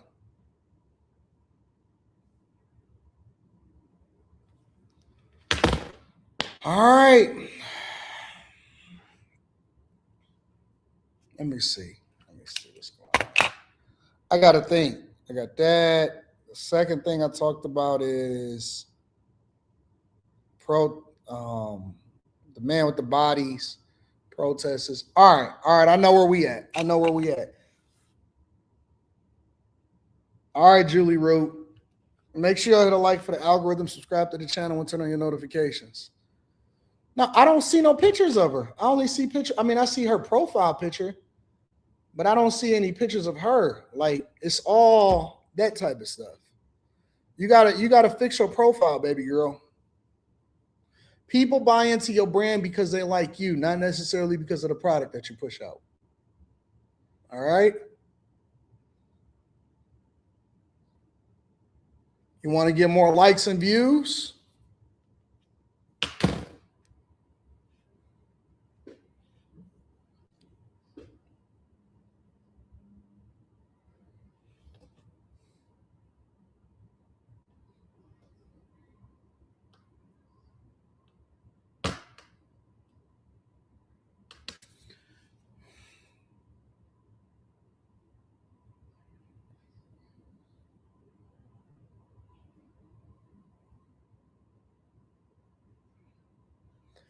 Somebody said, I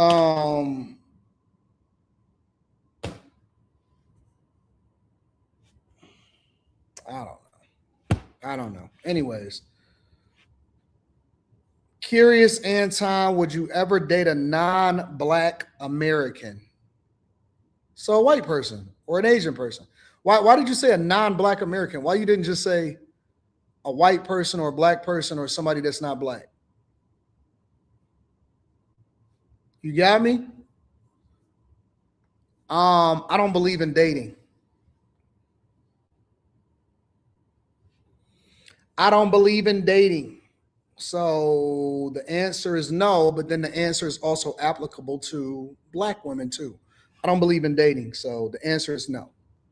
Does that answer your question? Again, make sure you guys hit a like for the algorithm, subscribe to the channel, and turn on your notifications. All right. I want to get into this Offset conversation real quick.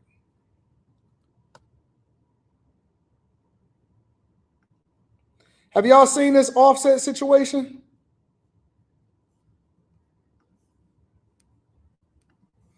So Celina Powell, who is a known, she's a known, I like to say, clout chaser and a person that gets around in the industry. Y'all haven't seen it? Oh my God. Y'all about to be blown away. Somebody sent this to me. I was supposed to do a review video on it. I'm going to drop it tomorrow instead of today. It's crazy, bro. It's crazy. Well, Every I time like I get her card, get it off. So my fault. I like Lotto. I like a little Get it card. off. I like it. Because clearly today we've seen it. So we had an emergency meeting. That's why I look like shit, because I had to get my hair done. And if I would have went home and changed, I wouldn't have had time to go see Roderick. And baby, I love y'all, but I gotta go see Roderick. Rodriguez. Let me ask y'all a question. Ladies, before we get into Celina Powell talking and exposing Offset. Let me ask y'all a question. Why do the big friend always talk like she on the same level as a little friend? Why do they talk like we was like, man, I wonder why the big friend looked like that today? Nobody cares about anything. This is the big friend. Celina Powell is the other one, okay? She looked fake and shit too. But why do they be talking like, oh man, we got to figure out why the big friend looked crazy? Bro, you just the help. Honest to God, at the end of the day, you're the help. Nobody cares. Nobody check for you. We know that you pick up food from the bottom of the table, that you eat the crumbs that's on the ground. Like nobody cares, bro. We're here because she's talking shit about Offset. All right. Emergency meeting. You the one that the girl always call whenever she over there getting her back blown out. And we get it. So y'all got to stop talking so much. If you're the help, host it. Just ask the questions and keep it moving. Like you don't have to keep doing all of this extra shit that go along with it. Just on some G shit. And baby, I love y'all, but I gotta go see Roderick. Rodriguez. We had to have an emergency meeting today because some crazy shit happened. I feel like the most craziest shit that has ever. This actually, it tops everything that happened in 2025, and I feel like 2026 cannot beat it. This actually blew my top off, so I know you're gonna be floored. Y'all are into an exciting episode. But this is the Celina Powell chick. You can see the lip injections, you can see the strong jawline, and she's a whore. All right, let's make no mistake about it. When I say, hey, listen, y'all, it's a difference between a hoe and a housewife. This is what I'm talking about. When I also say that you have to be careful about who you rock out with, and it's a reason why you need consent agreement and NDA documents, this is what I'm talking about. When I say that all these niggas is fucking with the same chicks, all of them, they're all fucking with the same chicks, and no matter how egregious, she has been telling on niggas since the beginning of time, and they still fucking with her. She has been telling on niggas and exposing niggas since the beginning of time, and they still messing with her. Yep, she did it to Lil Meech. She did it to Lil Meech. So let's just get into it. We have to just start. Offset files. This is now the Offset files. You guys are only going to hear about Offset this episode, so stay tuned. Anyway, yeah. You know how I'm just going to start from the top, right? You have no choice. I had to start from the top. So randomly, he found me on Finsta. Mm-hmm. So, I mean, I had to do a little 1-2 to like dig. But anyway, Finsta. And I was like, oh, you're not going to like who this is, but I come in peace. I'm so sorry for our past, because 5 years ago, for the people who don't know, I faked a pregnancy with Cardi B. And you faked a pregnancy with Offset. And the whole with Cardi B. Didn't get I always just glossed over him, and I was like, yeah, I faked a pregnancy with Offset. I mean, Cardi B. Yeah, didn't get that bitch pregnant. Yeah, no. Probably should have. Yeah. Continue. So, he never liked me until recently.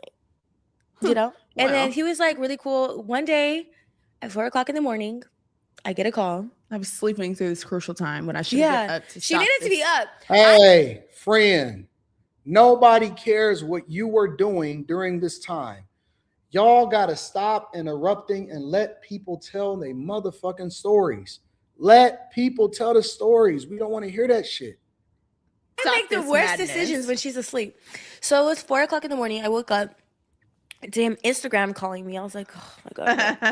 I was like, what's up? And I thought he was just like horny. So I was like, okay. But like, I can't fuck you. I'm on my flow. So it's like, what are we talking about? He was like, yo, I need a favor. This is a let's test. Not skip over that. He told her he still needed that. Hey, God, they exposing y'all text messages. They exposing y'all DMs. They telling on all your motherfucking business. Y'all so stupid, bro. Bro, if you get the goddamn paperwork, I keep telling you niggas. I don't know why y'all fight it. Y'all act like I'm telling y'all something that y'all should know. All of my friends, all of my famous friends, I tell them, I say, hey, man, all of my business owner friends that may not be famous, hey, man, hey. What you doing, bro? He still needed that fuck. Oh. So he was like, I did a favor and this is a test. I was like, okay, what? He was like, how much money can you get or are you by? And I was like, I mean, like I have I sent him the video, like all that money that I have in my safe. You're a rich bitch. And he immediately called me. He called me back and then he was like, bring all of it. And I was like, I don't even know how much this is. He was like, bring all of it because I have a shit ton of 20s and then like hundreds. At the time, not now, currently. No. Because, continue. Keep going. Because now, so then he was like, yeah, bring all of it. So I actually did. But in my mind, I was like, I can't give him the 20s. Like, let me just give him the hundreds. He was like counting out in the car. I went to the casino, by the way. I'm not going to do every single detail and have this. She's working on her 40-minute straight drag. Yeah. Because it gets worse, y'all. So then I get to the casino or whatever. He gets in the car. And then he's like, let me tell you something, bro. I know that everybody got a podcast now. I know everybody is a content creator. I seen Killer Mike got a podcast. I said, God damn, everybody got a podcast? Everybody got a podcast, right? If it wasn't for the actual stories, most of these podcasts would be trash, bro. They are shit. They don't know how to talk. They sound stupid. If it wasn't for like the one time exposing or whatever, nobody would tune back in to hear this shit. These shows is garbage, bro. These podcasts are garbage. It takes so much to get to the fucking meat and potatoes. Good God. He said Lambos are only 1K a day.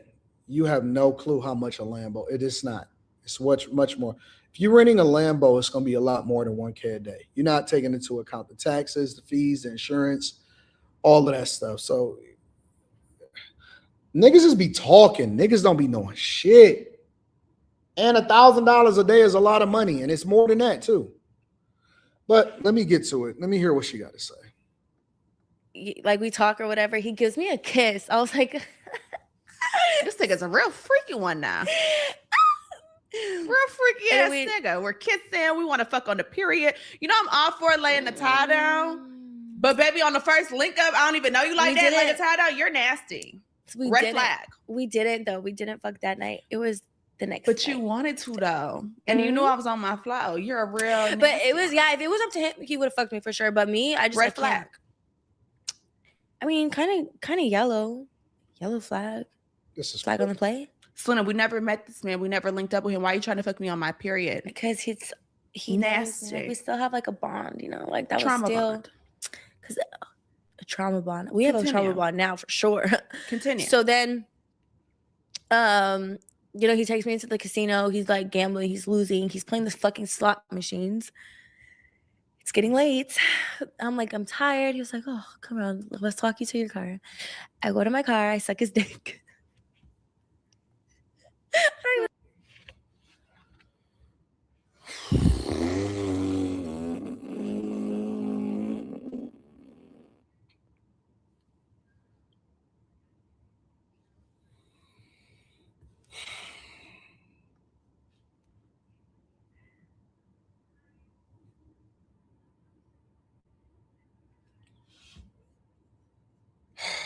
Jesus Christ. I don't know if I told you this. This is why I like the weekend shows, because I'm not really sure I can play this during the daytime and a weekday with the daycares and the churches open. You know what I'm saying? I know. I suck his dick. And he was like, wow. And I was like, I gotta stop. Like, I'm in the car? I didn't know it was in the car. That part was left out. Okay, continue. Yeah, I sucked his dick in the car. Wait, so he got the money and then he sucked his dick? Okay. I watched him like lose. I was like, okay, he's losing. Let me get the fuck out. Okay. I go home. I go to sleep for like literally like an hour. Then it ring, ring, ring, ring, ring, ring, ring, ring, ring. He's like, bring me somewhere I lost it. I was like, wait, but let's talk about though. How much money did you give him? So I thought I only gave him like 10 or 11. When we were arguing, kind of, he was like, bro, you think I'm gonna stall you on like 15,000? I was like, Let me tell you something. I said it once. I'm going to say it again. These niggas is broke, bro. These niggas is dumb. These rappers be broke. And they make bad decisions every single day. Somebody said she paid him to literally suck his D. No, most of these niggas got addictions. Usually they have a lean addiction, or they have a coke addiction, or they have some form of a drug addiction along with a gambling addiction, and they be broke as fuck, bro. They be broke as fuck. Whatever it is that y'all think that they spending, whatever y'all think that they got problems, bro. Almost everything they got be financed. They don't be having no bread. They be tapped out. These niggas be broke, fam. They be broke, bro. I'm telling you. I know. I don't know his finances in particular, but I know what these niggas be having. I know what they getting. I know what they got left. And I know how much debt they got. These niggas be fucked up, bro. Fucked up. Bro, how you gonna argue with a chick that can think about it, bro? Because you can say, oh, he finessed her out of it. That ain't no money. That ain't no money to finesse somebody out of when you supposed to be a millionaire. That's no money to finesse nobody out of when you supposed to be a millionaire. I'm not going to stall you over no 15,000 or 15, 20,000, and you can possibly go and ruin my life. I'll give you the money back. Fuck that day, man. Chill out, bro. Chill out. Never going to stall you out over no crumbs. Why you ain't had no money? Why you asking a chick to bring you some money? Nigga, that's dusty behavior. She could just say that shit without saying nothing like that. These niggas be tapped. These niggas be straight up tapped. Let me move forward because it's another part where she was talking about. Hold on, let me see. Get 20 back. Hope we get it back at 4. So she's like, yeah, okay. So then the next morning comes. I'm like, good morning. Good morning. Banks open. Birds are chirping. Good morning. He said, I lost it. I don't really remember our gist of the conversation. I need to go back and look because it's just been so much trauma since then. I'm talking so fast. But It was a gift of like, baby. And you really shouldn't want to do this during a divorce. That's how I know a nigga broke. Because if you going through a divorce, the last thing you need is a fucking side chick being able to come out and say, first of all, this nigga broke. Second of all, this nigga was cheating. And third of all, I guess she gonna get to the other part that we gonna talk about in the Lex. The last thing you want in a divorce is a sad bitch coming out talking about how you out here fumbling the bag and being dusty. Nigga, you gonna lose way more money by what you not gonna get in the divorce or what you got to give up than you are ever just giving her the money back. That's some small time dumbass mindset type shit. You arguing back and forth with a chick about 15 bands? I need more. It wasn't on like, I'm gonna pay you back or the bank is open. Can you imagine somebody owing you money and then telling you they need more? Yeah. So then he was like, oh, I want to see you, blah blah blah. I was like, okay, babe, but where's my money? He was like, I want to see you, whatever. I got you. I think he said like, I got you. Come get it. I drive to the casino. Oh, no. Then I think that's when he said, get a room. Yeah, I was on my way and he said, he said, get a room. He said, get us a room at the Hard Rock. I look at the Hard Rock app and the Hard Rock hotels, they're all sold out. So I was like, babe, they're all sold out. He's like, okay. He sent me a hotel to book. And then he was like, okay, book that one. I was like, bro, I'm not doing that. It was only like $300 though. But still, I was like, I'm already down. No, he booked it. Okay. He ended up booking it. But he was like, okay, because I only needed my ID when I went there and it was a problem. Anyway, I go to the hotel. He's like, at 4, meet me. I said, okay. You know I'm on time. Bitch, 4:01, I'm in that hotel room. Waiting. Hey, babe, where you at? Oh, I'm at this event. Okay. Waiting.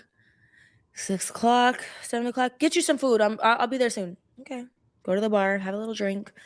FaceTime my friend, get drunk with her on FaceTime. Eat, come to the room. I was like, okay. I post on Finsta. I'm bored. This is another reason why you got to make them sign, because the fat girl already know all of the business. The fat girl already know everything, so they telling on you and exposing you the entire time that you're with them. You have to completely shut that shit down. Big girl already know everything. They telling all of your business, nigga. Dumb motherfuckers. Like, okay, daddy's coming. I said, okay.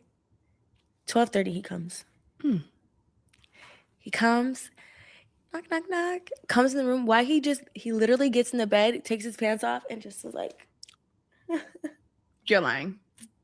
I don't believe it. I swear to God. This is not happening. I wish I was lying. This is not true. I wish. He just got in the, I went to go sit in the bed. He came, put his pants down, laid in the bed.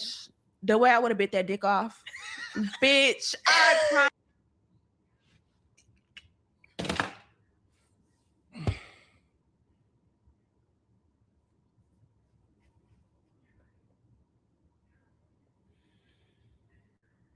Oh my God, these niggas are so dumb and these hoes are rats. They are rats. Shoe, that dick would have been on the floor. I did eat it, but I would have been. And the women ain't got no shame. They have no shame. They're out here voluntarily telling about what it is. They just got no shame, bro. I was that like, dick would have been there for. Fuck is you talking about? I don't know who the fuck this is. Mind you, I told her, I said, if you like, my opinion was, we need to jump him. Yeah. As soon as he come in that room, he need to hit that corner and we need to beat him up. Like, point blank period. He need his ass beat. Like, some niggas really need a whooping. And that nigga needed a whooping. Like, there was no way that he was going to come and take that money and we was going to beat him up. So I said, okay, if you want, I'll come with you. I'll be in the closet and I'll pop out of that bitch. But so she's like, well, you don't think he's going to fight us back? I said, of course. I didn't say we was like, going to win. But we going to get some licks in, though. I'm for sure picking up that lamp and busting that nigga in the head because fuck is still having his back. Because I was like, at this point, I'm still like, there's no way. So you want to fuck Celina Powell over? Like, there's no way. There's no way, babe. There's no way he's that brave. Mind you, I have these recordings that we're going to play at the end of this podcast. Yeah. We have these recordings. All the receipts. You think that these recordings, like, if he's talking this much shit to me on the phone, like, You think like I wasn't gonna record? Like, why would you play with me? Especially because you have my fucking money. Like, what? So he was like, no, like, so yeah, as soon as he gets in the bed, suck him off, and then he was like, take that out. Let's fuck. This is too much. Yeah, but it was like There's my too last much day. going on. There was no crazy. So like, whatever. That's when I put his ass to sleep. And you were like, where are you at? Or something like that. I was like, oh. And I recorded the video. That video was actually for her. I didn't do it on no like, look who I'm with. Like, I did it because Milan was asking me. Well, where and I was also at. as collateral, because mind you, this bitch has $15,000 of her fucking money. Yeah, I need a little collateral. So we're definitely recording everything. We're definitely getting everything because we're gonna get this money. I needed to record. I didn't record the first initial call until like later in the thing when he was just like laying out his whole life. As soon as he started talking about the divorce. It's not like, like Celina met up with this man and the nigga was like, I'm gonna fuck you and give you some bread, or like I'm gonna give you some money. This man borrowed, loan fronted this money from Celina. Like, I'm so mad, Milan. I'm so mad. I'm mad. I've been wanting to jump him. I just felt like this would just be him. We would have been in jail. That's why she wanted me to start my New Year's off. I was like, bitch. She's like, it's one night. About some respect, yes. Okay, so then after he laid in the bed sleep, you wake up. He wakes up. Oh my God, I forgot to tell you the best part. Before he was coming to the hotel, he said, can you call me an Uber? Oh.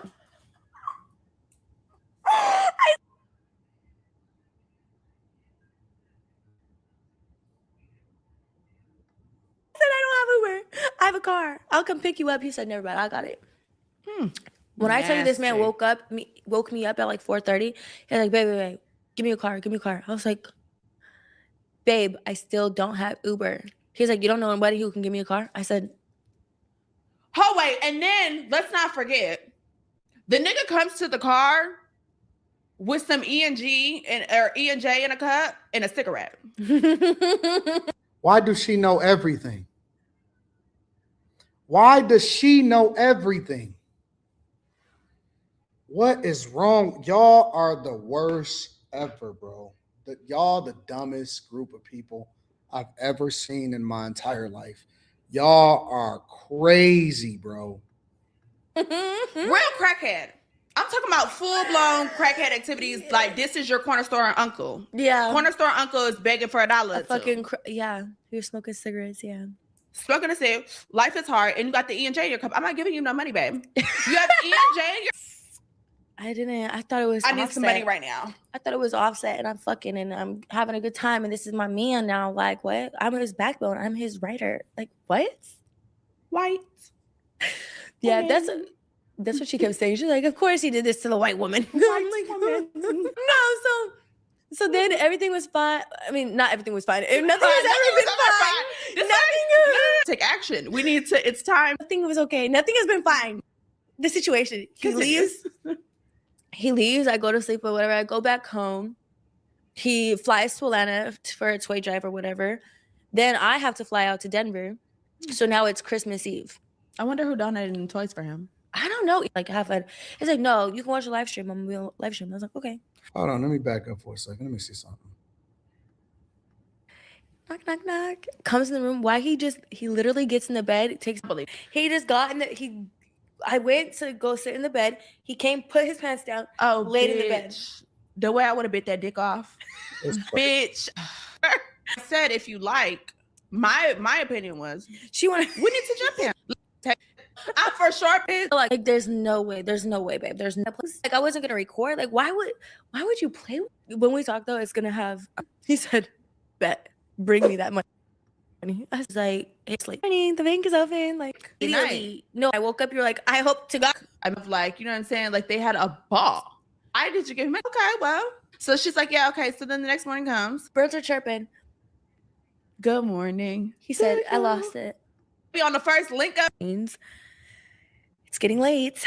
I'm like, I'm tired. He was like, oh, come on, let's talk you to your car. I don't know if I told you this. I know. Dick. I suck his dick. And he was like, wow. And I was like, I gotta stop. Like, let me get the fuck out. I lost it. I was like, Hey, $15,000 not payback. It's like, dude, I'm tired. He was like, he said something, but I don't know who the fuck this is. Mind you. And you were like, where are you at? Before he was coming to the hotel, he said, can you call me an Uber? And I'm fucking and I'm having a good time. And this is my. Hey, like, I think it's time to take Steve. I wonder who donated. It get worse than this. That's mine Bring too. me that. Daddy cinnamon. No. Put out that yeah. Christmas Eve, he Christmas called. fucking. Hello, Daddy. You got PayPal? Oh my God.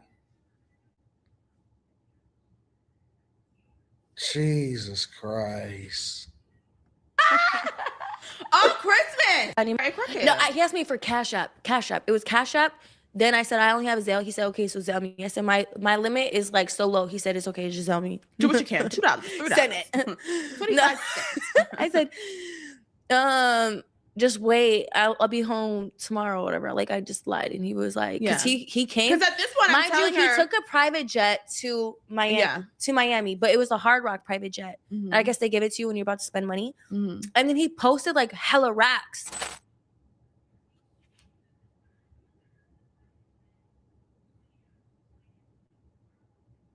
These niggas be capping so bad. And I was like, we don't want to give him any reason to not get the money. So play everything cool. Don't go off. Don't nothing. You know, send it when you can do. So I'm gonna play it cool with you. Playtime's over, bitches. Big leagues. Oh, you don't have it? It's nothing else. And then keep in mind, if we're at the casino, we're both going to jail. Like, I'm gonna go up. I'm gonna tell them that you were gambling my money in this night. I had that in me. That obviously did not happen, y'all. But that was a mental note. So I'll take mental note of that. I want to play it my way, the dumb way, the white way. The white way. So this is still my man, Milan. I have to respect. Yeah. So he was like, okay. He was like, you have OnlyFans though. I know you have PayPal. I said, I get PayPal through my direct account, not PayPal. But okay, I left that alone. He didn't text back. Mm-hmm. Didn't call me, didn't do nothing. Christmas morning, strolling through Instagram, just strolling. I see some random bitch post 4 Birkins, 2 watches, and a ring. It says Offset gave his girlfriend all that. I said, huh? Okay. Ding, ding, ding, ding, ding. Now I'm mad. So now I screenshot it to him. Now you're cheating on me? You're cheating on me. No, not only is he cheating on me, but no, I was more mad. Like, you just cashed out on this bitch. You can't give me back my money. Why do you keep stalling me now? And then not only that, you're asking me for more money. He's my pimp. Like, I paid her, turned up a little. So I never lied to you. Mm-hmm. And I was like, just give me my money. Unless I never lied to you. Mm-hmm. You're scaring me. So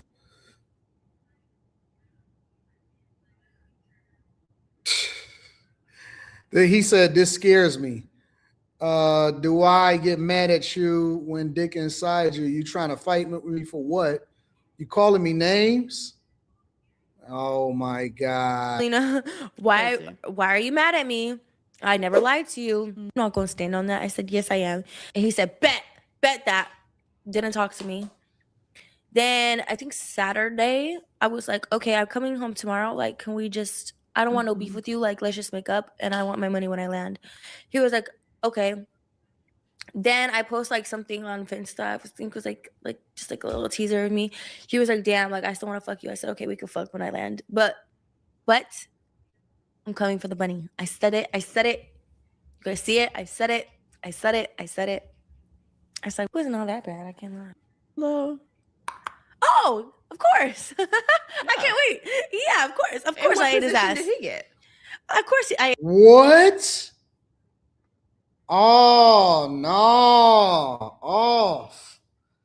Nigga, you should have sent the check. You dog. Come on, my nigga. No.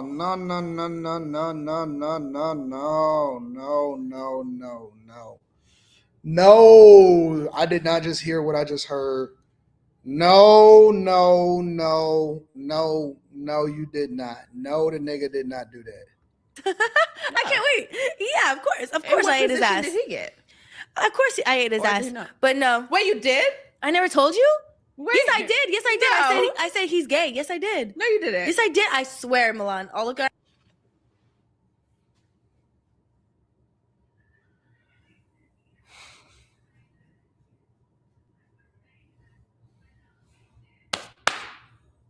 Take me out, my nigga. I'm done. I'm done. Take me out, bro. Take me out, nigga. I'm done. It's over. It's over. It's over. It's over.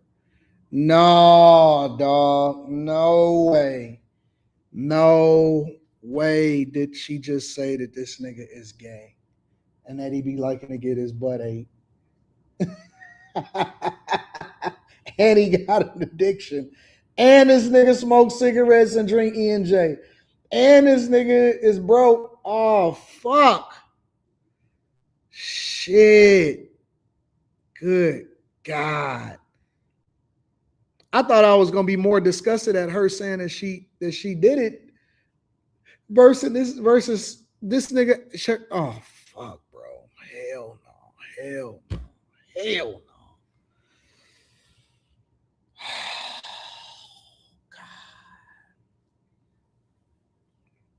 This nigga's Luther Vandross. Give me the reason I want you now.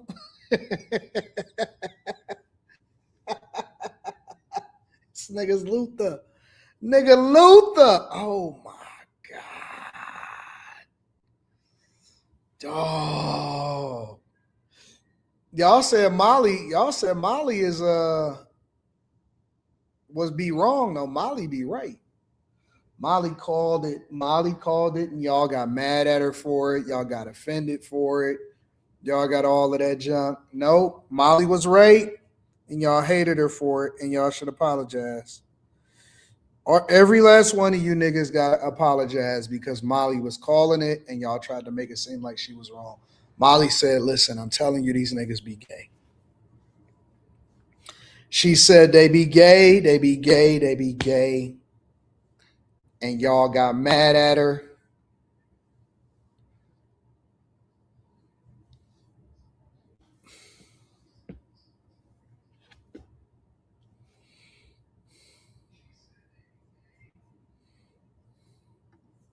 Text messages.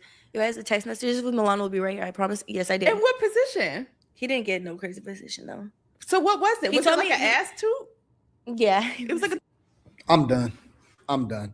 I can't do it, bro. I can't do it.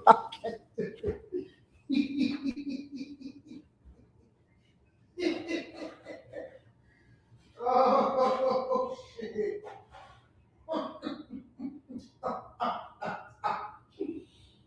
Oh, man. Hell no.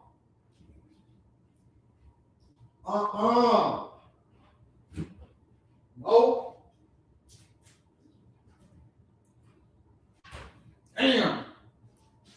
Damn, Offset. Hell no. Shit.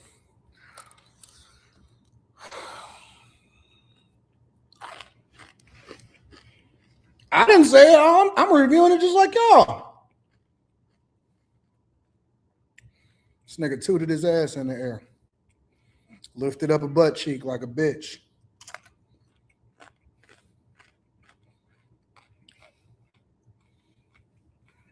Them niggas could never. Remember when they was wearing them blouses and they wanted to beat up Joe Budden? Remember when they was wearing blouses and they wanted to beat up Joe Budden? I'm never seeing these niggas as tough guys again, bro.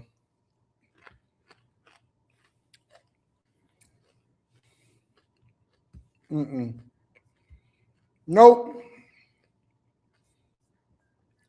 This nigga just got exposed. It was like it was like a lift up.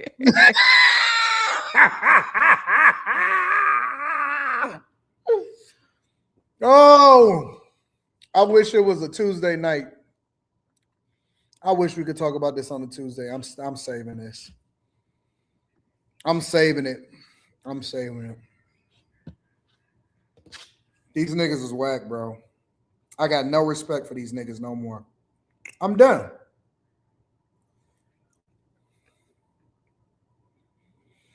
I have no respect for these niggas no more. I'm done, bro. We're going to talk about this on Tuesday, man. Molly was right again. Make sure you guys hit a like for the algorithm. Subscribe to the channel and turn on your notifications. That's why you got to tune in. When I say I'm going live on a weekend, I wanted to get to some money. I should have saved that for last. I wanted to get to some money, and I should have saved it for last. I got to spend 10 minutes talking about the money. Let me read some of these super chats and Cash App, bro.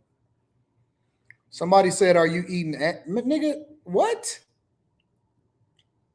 Are y'all smoking crack, nigga? No, hell no, nigga. What the fuck I'm gonna do that for? Y'all don't think it's enough just to eat pussy? Like, that's not enough for you? Listen, if we gotta go beyond that, then you just too freaky for me. If we have listen, if we have to go beyond that, then it's too much for me. I don't know what else, because I know y'all niggas is overly freaked out. I know all of that shit. Listen, beyond that, I'm not the one for you. You gonna go ahead and get you another nigga, go ahead and fuck off with that nigga. I'm cool. I'm a regular, normal, do the regular shit. You know what I'm saying? But I'm not doing that. What the fuck I look like?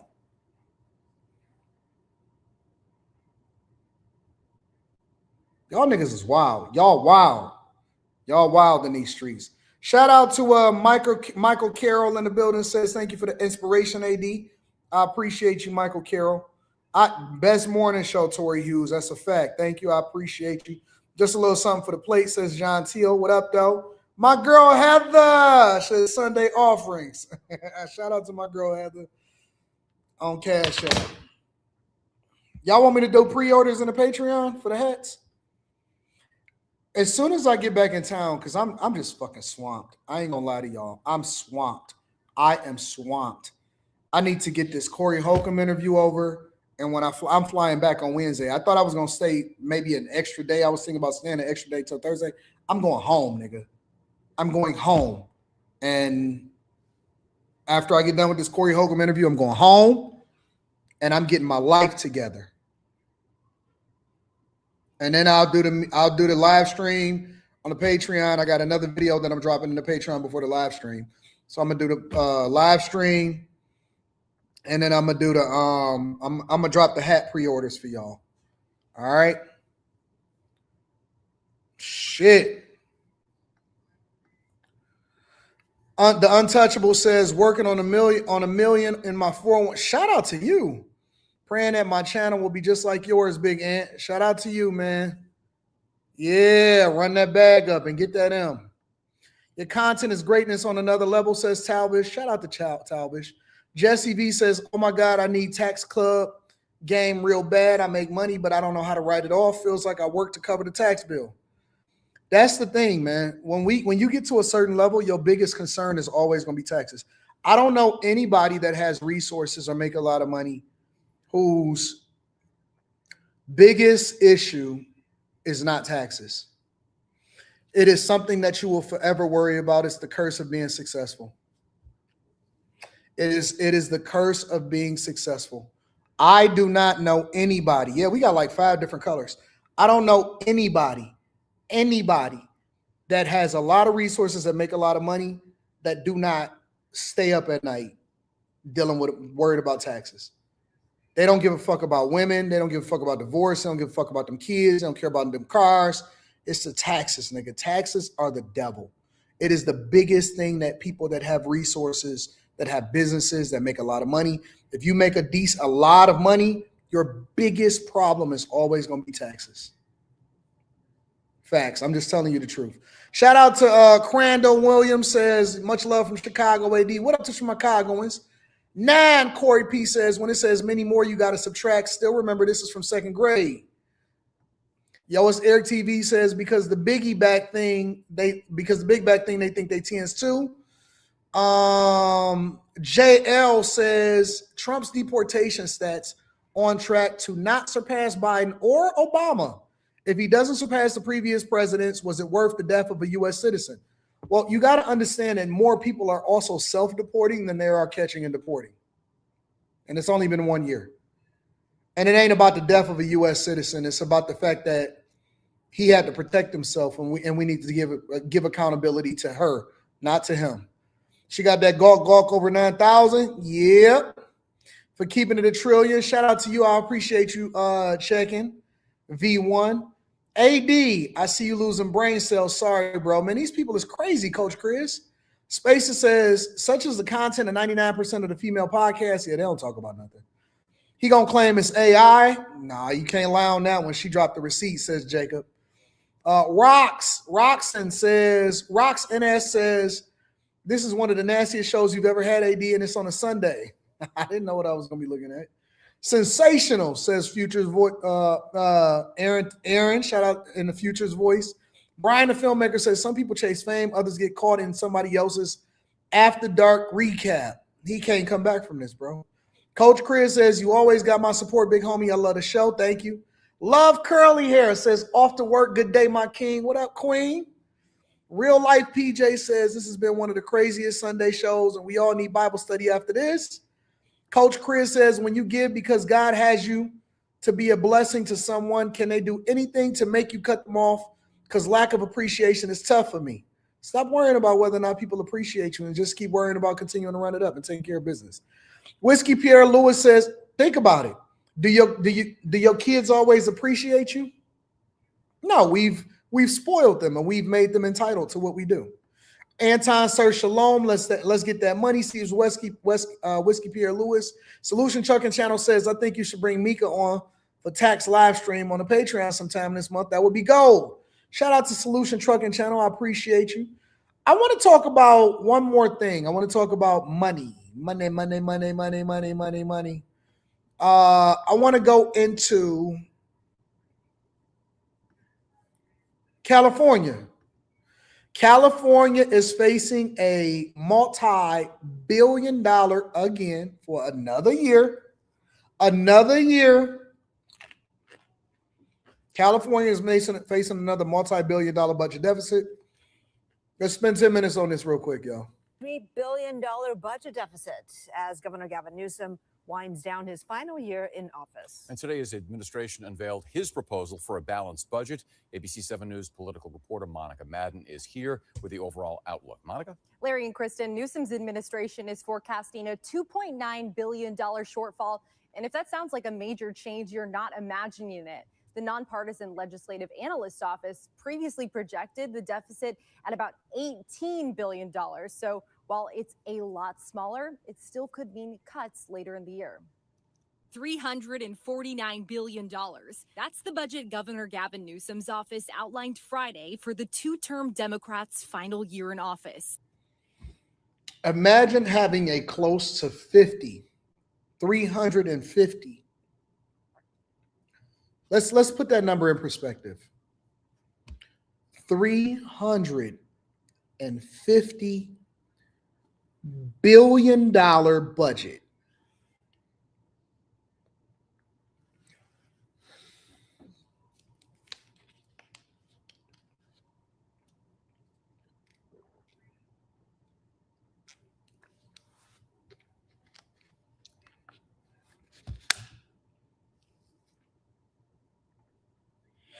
$350 billion per year.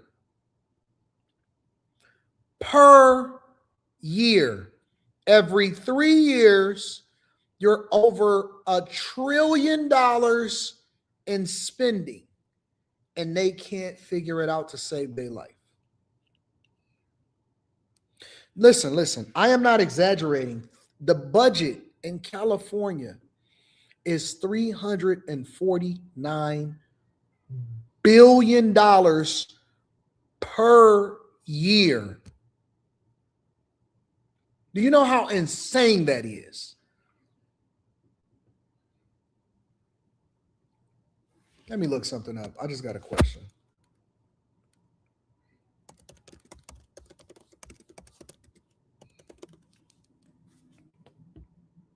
Did you know that California, and I just looked this up, has government debt? These people manage it just like they manage all regular resources. California has an estimated liability debt of $1.6 trillion. Trillion with a T. That's how much California's debt is. The equivalent of $27,000 per person. So in order for California to get out of debt, everybody would have to contribute $27,000, and that would just put y'all at starting point again. That is crazy. That is out of control. I do not know how y'all keep letting these niggas promise y'all anything. When y'all go on a date, right? When you go on a date, what is one of the biggest things that women want to know? They gonna say it nice. They gonna be chill. Hey, so we never talked about what you did for a living. What is your occupation? What do you do for a living? And you can't wait to say it nice and proud because you worked your whole life just to be able to tell her, hey, I'm an engineer at a firm. And, you know, what we do is we make components, and we solve for civil engineer. And we put together all of the designs and the destruction for the infrastructure down in the river. You can't wait to tell her. But when we start talking about politics, the first thing we don't talk about is money. We don't talk about who qualified to be able to manage a goddamn budget. We just let them promise us anything. It's just like being in school for the mock elections. Yeah, we're going to get y'all new water fountains. We're going to take a class trip to Disney World, and all the kids go, yeah. We all just vote based off of mock elections and popularity. And we do the same thing as adults. We don't do nothing different than we did in elementary school. We do the same thing in middle school. We do the same thing in high school. We do the same thing in college. And then we do the same thing in regular life. And y'all vote on people, and y'all don't even think for a second. How many people actually knew that California had $1.6 trillion in debt? How many people actually knew that lived in California that y'all have a $349 billion budget every single year? How many people in California actually know that annually, every single year, every year without fail, you guys have a budget deficit? And they want this nigga to be the president. There's people that actually thinks that he should be the president. This is insane, bro. This is absolutely crazy. Ensuring that we have a sustainable fiscal plan. And the reason why they got this guy up here, the black guy with the bald head, ensuring that we have is because Gavin Newsom wouldn't even address the state. In his final budget address, he wouldn't even come up there. He left it to his team to do it. Sustainable fiscal plan. Departments might see. Let me tell y'all something. Look at this. Look at the thing. You see how it says sustainable, balanced budget, continued progress, and building long-term fiscal resilience. All of those is terms for bullshit. Let me tell y'all what y'all need to be looking for. I'm going to tell you what you need to be voting for going forward. Whether you're talking about a city leader, whether you're talking about a governor, anything. If they are not promising you a budget surplus, listen to what I'm saying, because that does not ring. It doesn't chart well. It doesn't vote well. Like if somebody says, yeah, man, we need to have a budget surplus, that's not something that anybody focuses on, right? Unless somebody says, listen, we're promising you a budget surplus, then it doesn't even matter, bro. Doesn't even matter.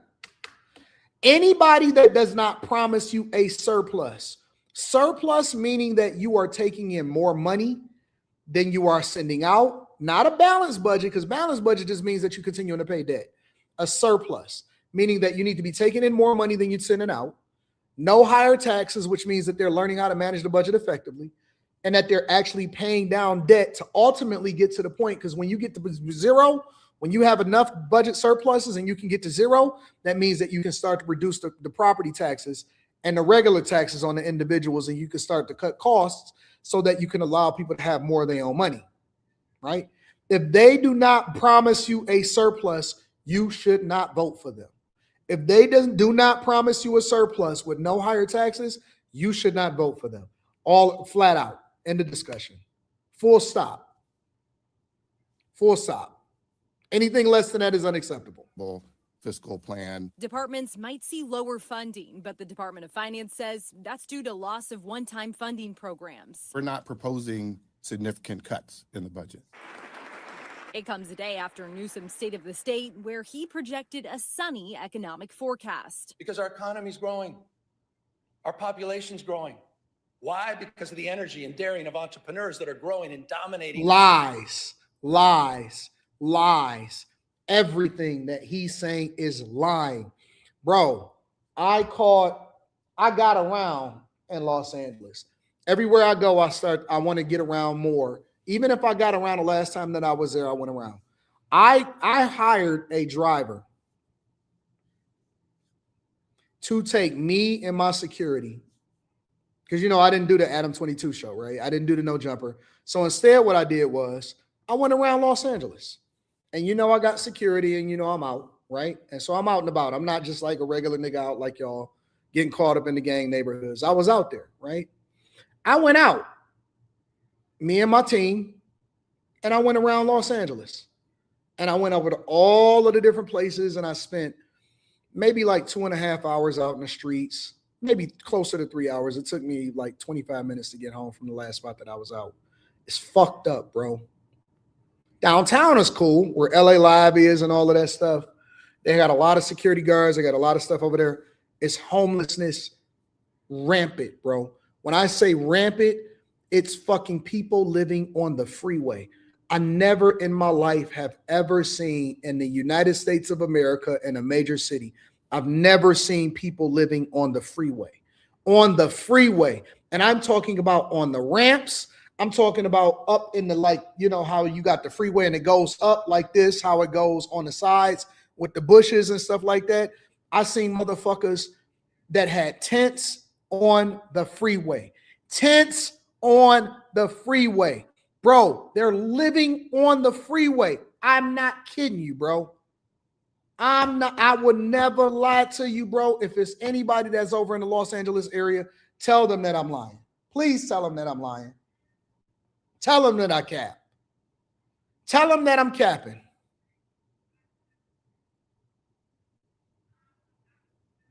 You would have to see it to believe it. Listen, man, I'm not lying to you, bro. I'm not lying to you. They're living on the freeway. I'm telling you the truth. I'm not capping.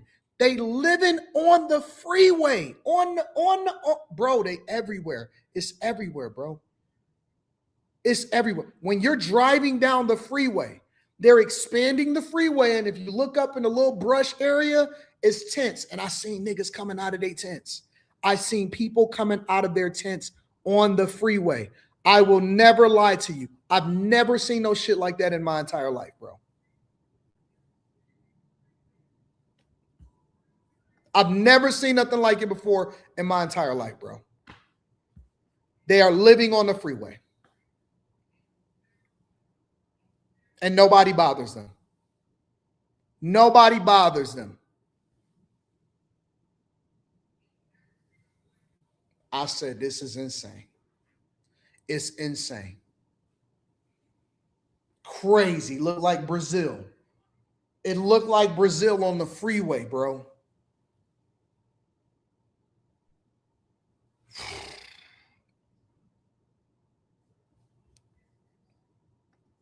In the industries of the future. Which Republicans told me this ain't on news report. I seen it with my own eyes. People are leaving this state for a reason.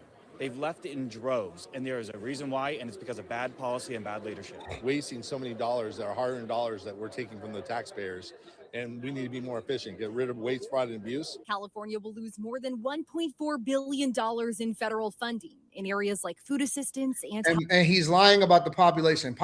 California's population decline is massive. People are running out of the state. Healthcare.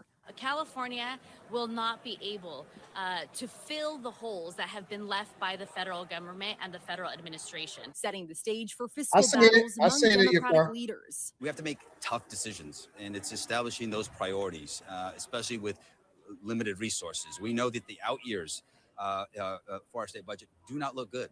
High deficits. The proposal projects $9 billion more in revenue than expected, betting big on tech. A big driver we do know of our revenue performance to date has been the performance of the stock market, which is not without risk. A lot of talk about has been driven by the tech industry, particularly AI.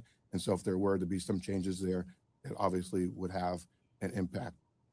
And one point of emphasis the governor made on Thursday was education, saying this would be the most significant investment year in public ed. Man, fuck all of that education, public education shit and all of that junk, bro. Nigga, I'm telling you that you have to, y'all got to get back at zero. This is crazy, you car.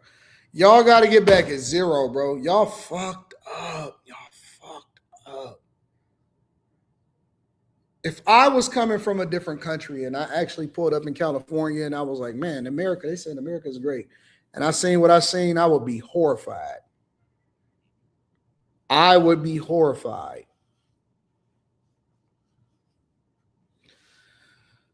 Make sure you guys hit a like for the algorithm, subscribe to the channel, and turn on your notifications.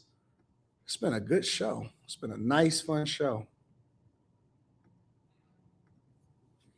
Much love, Anton says Keisha Holloman. What up, Keisha? What up, baby? Much love to you too. BJ Skrill says crazy part is before Gavin Newsom, California had a surplus. Now we stuck. He ain't lying. It's all over Cali, says Eric TV. Dividend Bro says, I remember you went over there, a story that the guy built a makeshift house in the median of 405. Man, it scared the hell out of me to see that type of stuff, bro. California.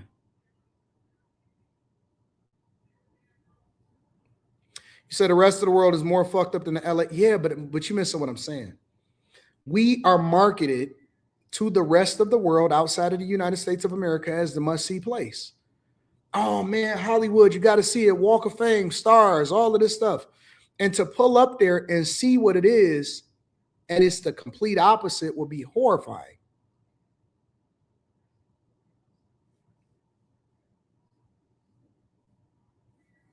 It would be bad. It would be bad. Shout out to Tim Olson. I rock with you, fam. All right, y'all. Listen, I love y'all. I appreciate y'all. I am going to get some rest. I got so much to do. I have so much to do, bro. So much to do.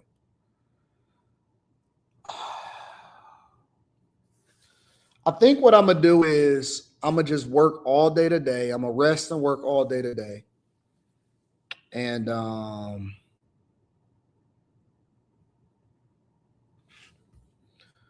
then I think I'm going to go out tomorrow. Mythology Noir says, Anton, if you advertise the homeless, you create more fake funding to steal from. Every crook in Metropolis knows this. Yeah, that's a fact. That's a fact. I need to get some rest. I'm tired, y'all. Jet lag, all of that stuff. So I got a live stream tonight that I'm going to jump into. And I think I'm going to go check out the Sphere maybe tomorrow. I don't know. I got to figure it out. I'm a little tired. I ain't going to lie. Love you, AD. Stay great. Shout out to Tia Marie. I'm a little bit tired. All right, y'all. I'm going to see y'all tonight on Room 9 for Film Fights. We got a throwback day. This one is going to be good. This one is going to be good for the ladies specifically. The films that we're going to be talking about tonight are Fatal Attraction, Snatch and Welcome Home Roscoe Jenkins. These are the films that we talking about tonight on Frame Fights, all right? It's going to be fun. It's going to be good. I love y'all. I appreciate y'all. I'm going to see y'all tonight on Frame Fights on the Room 9 channel. I love y'all. I'm going to talk to y'all later. Peace.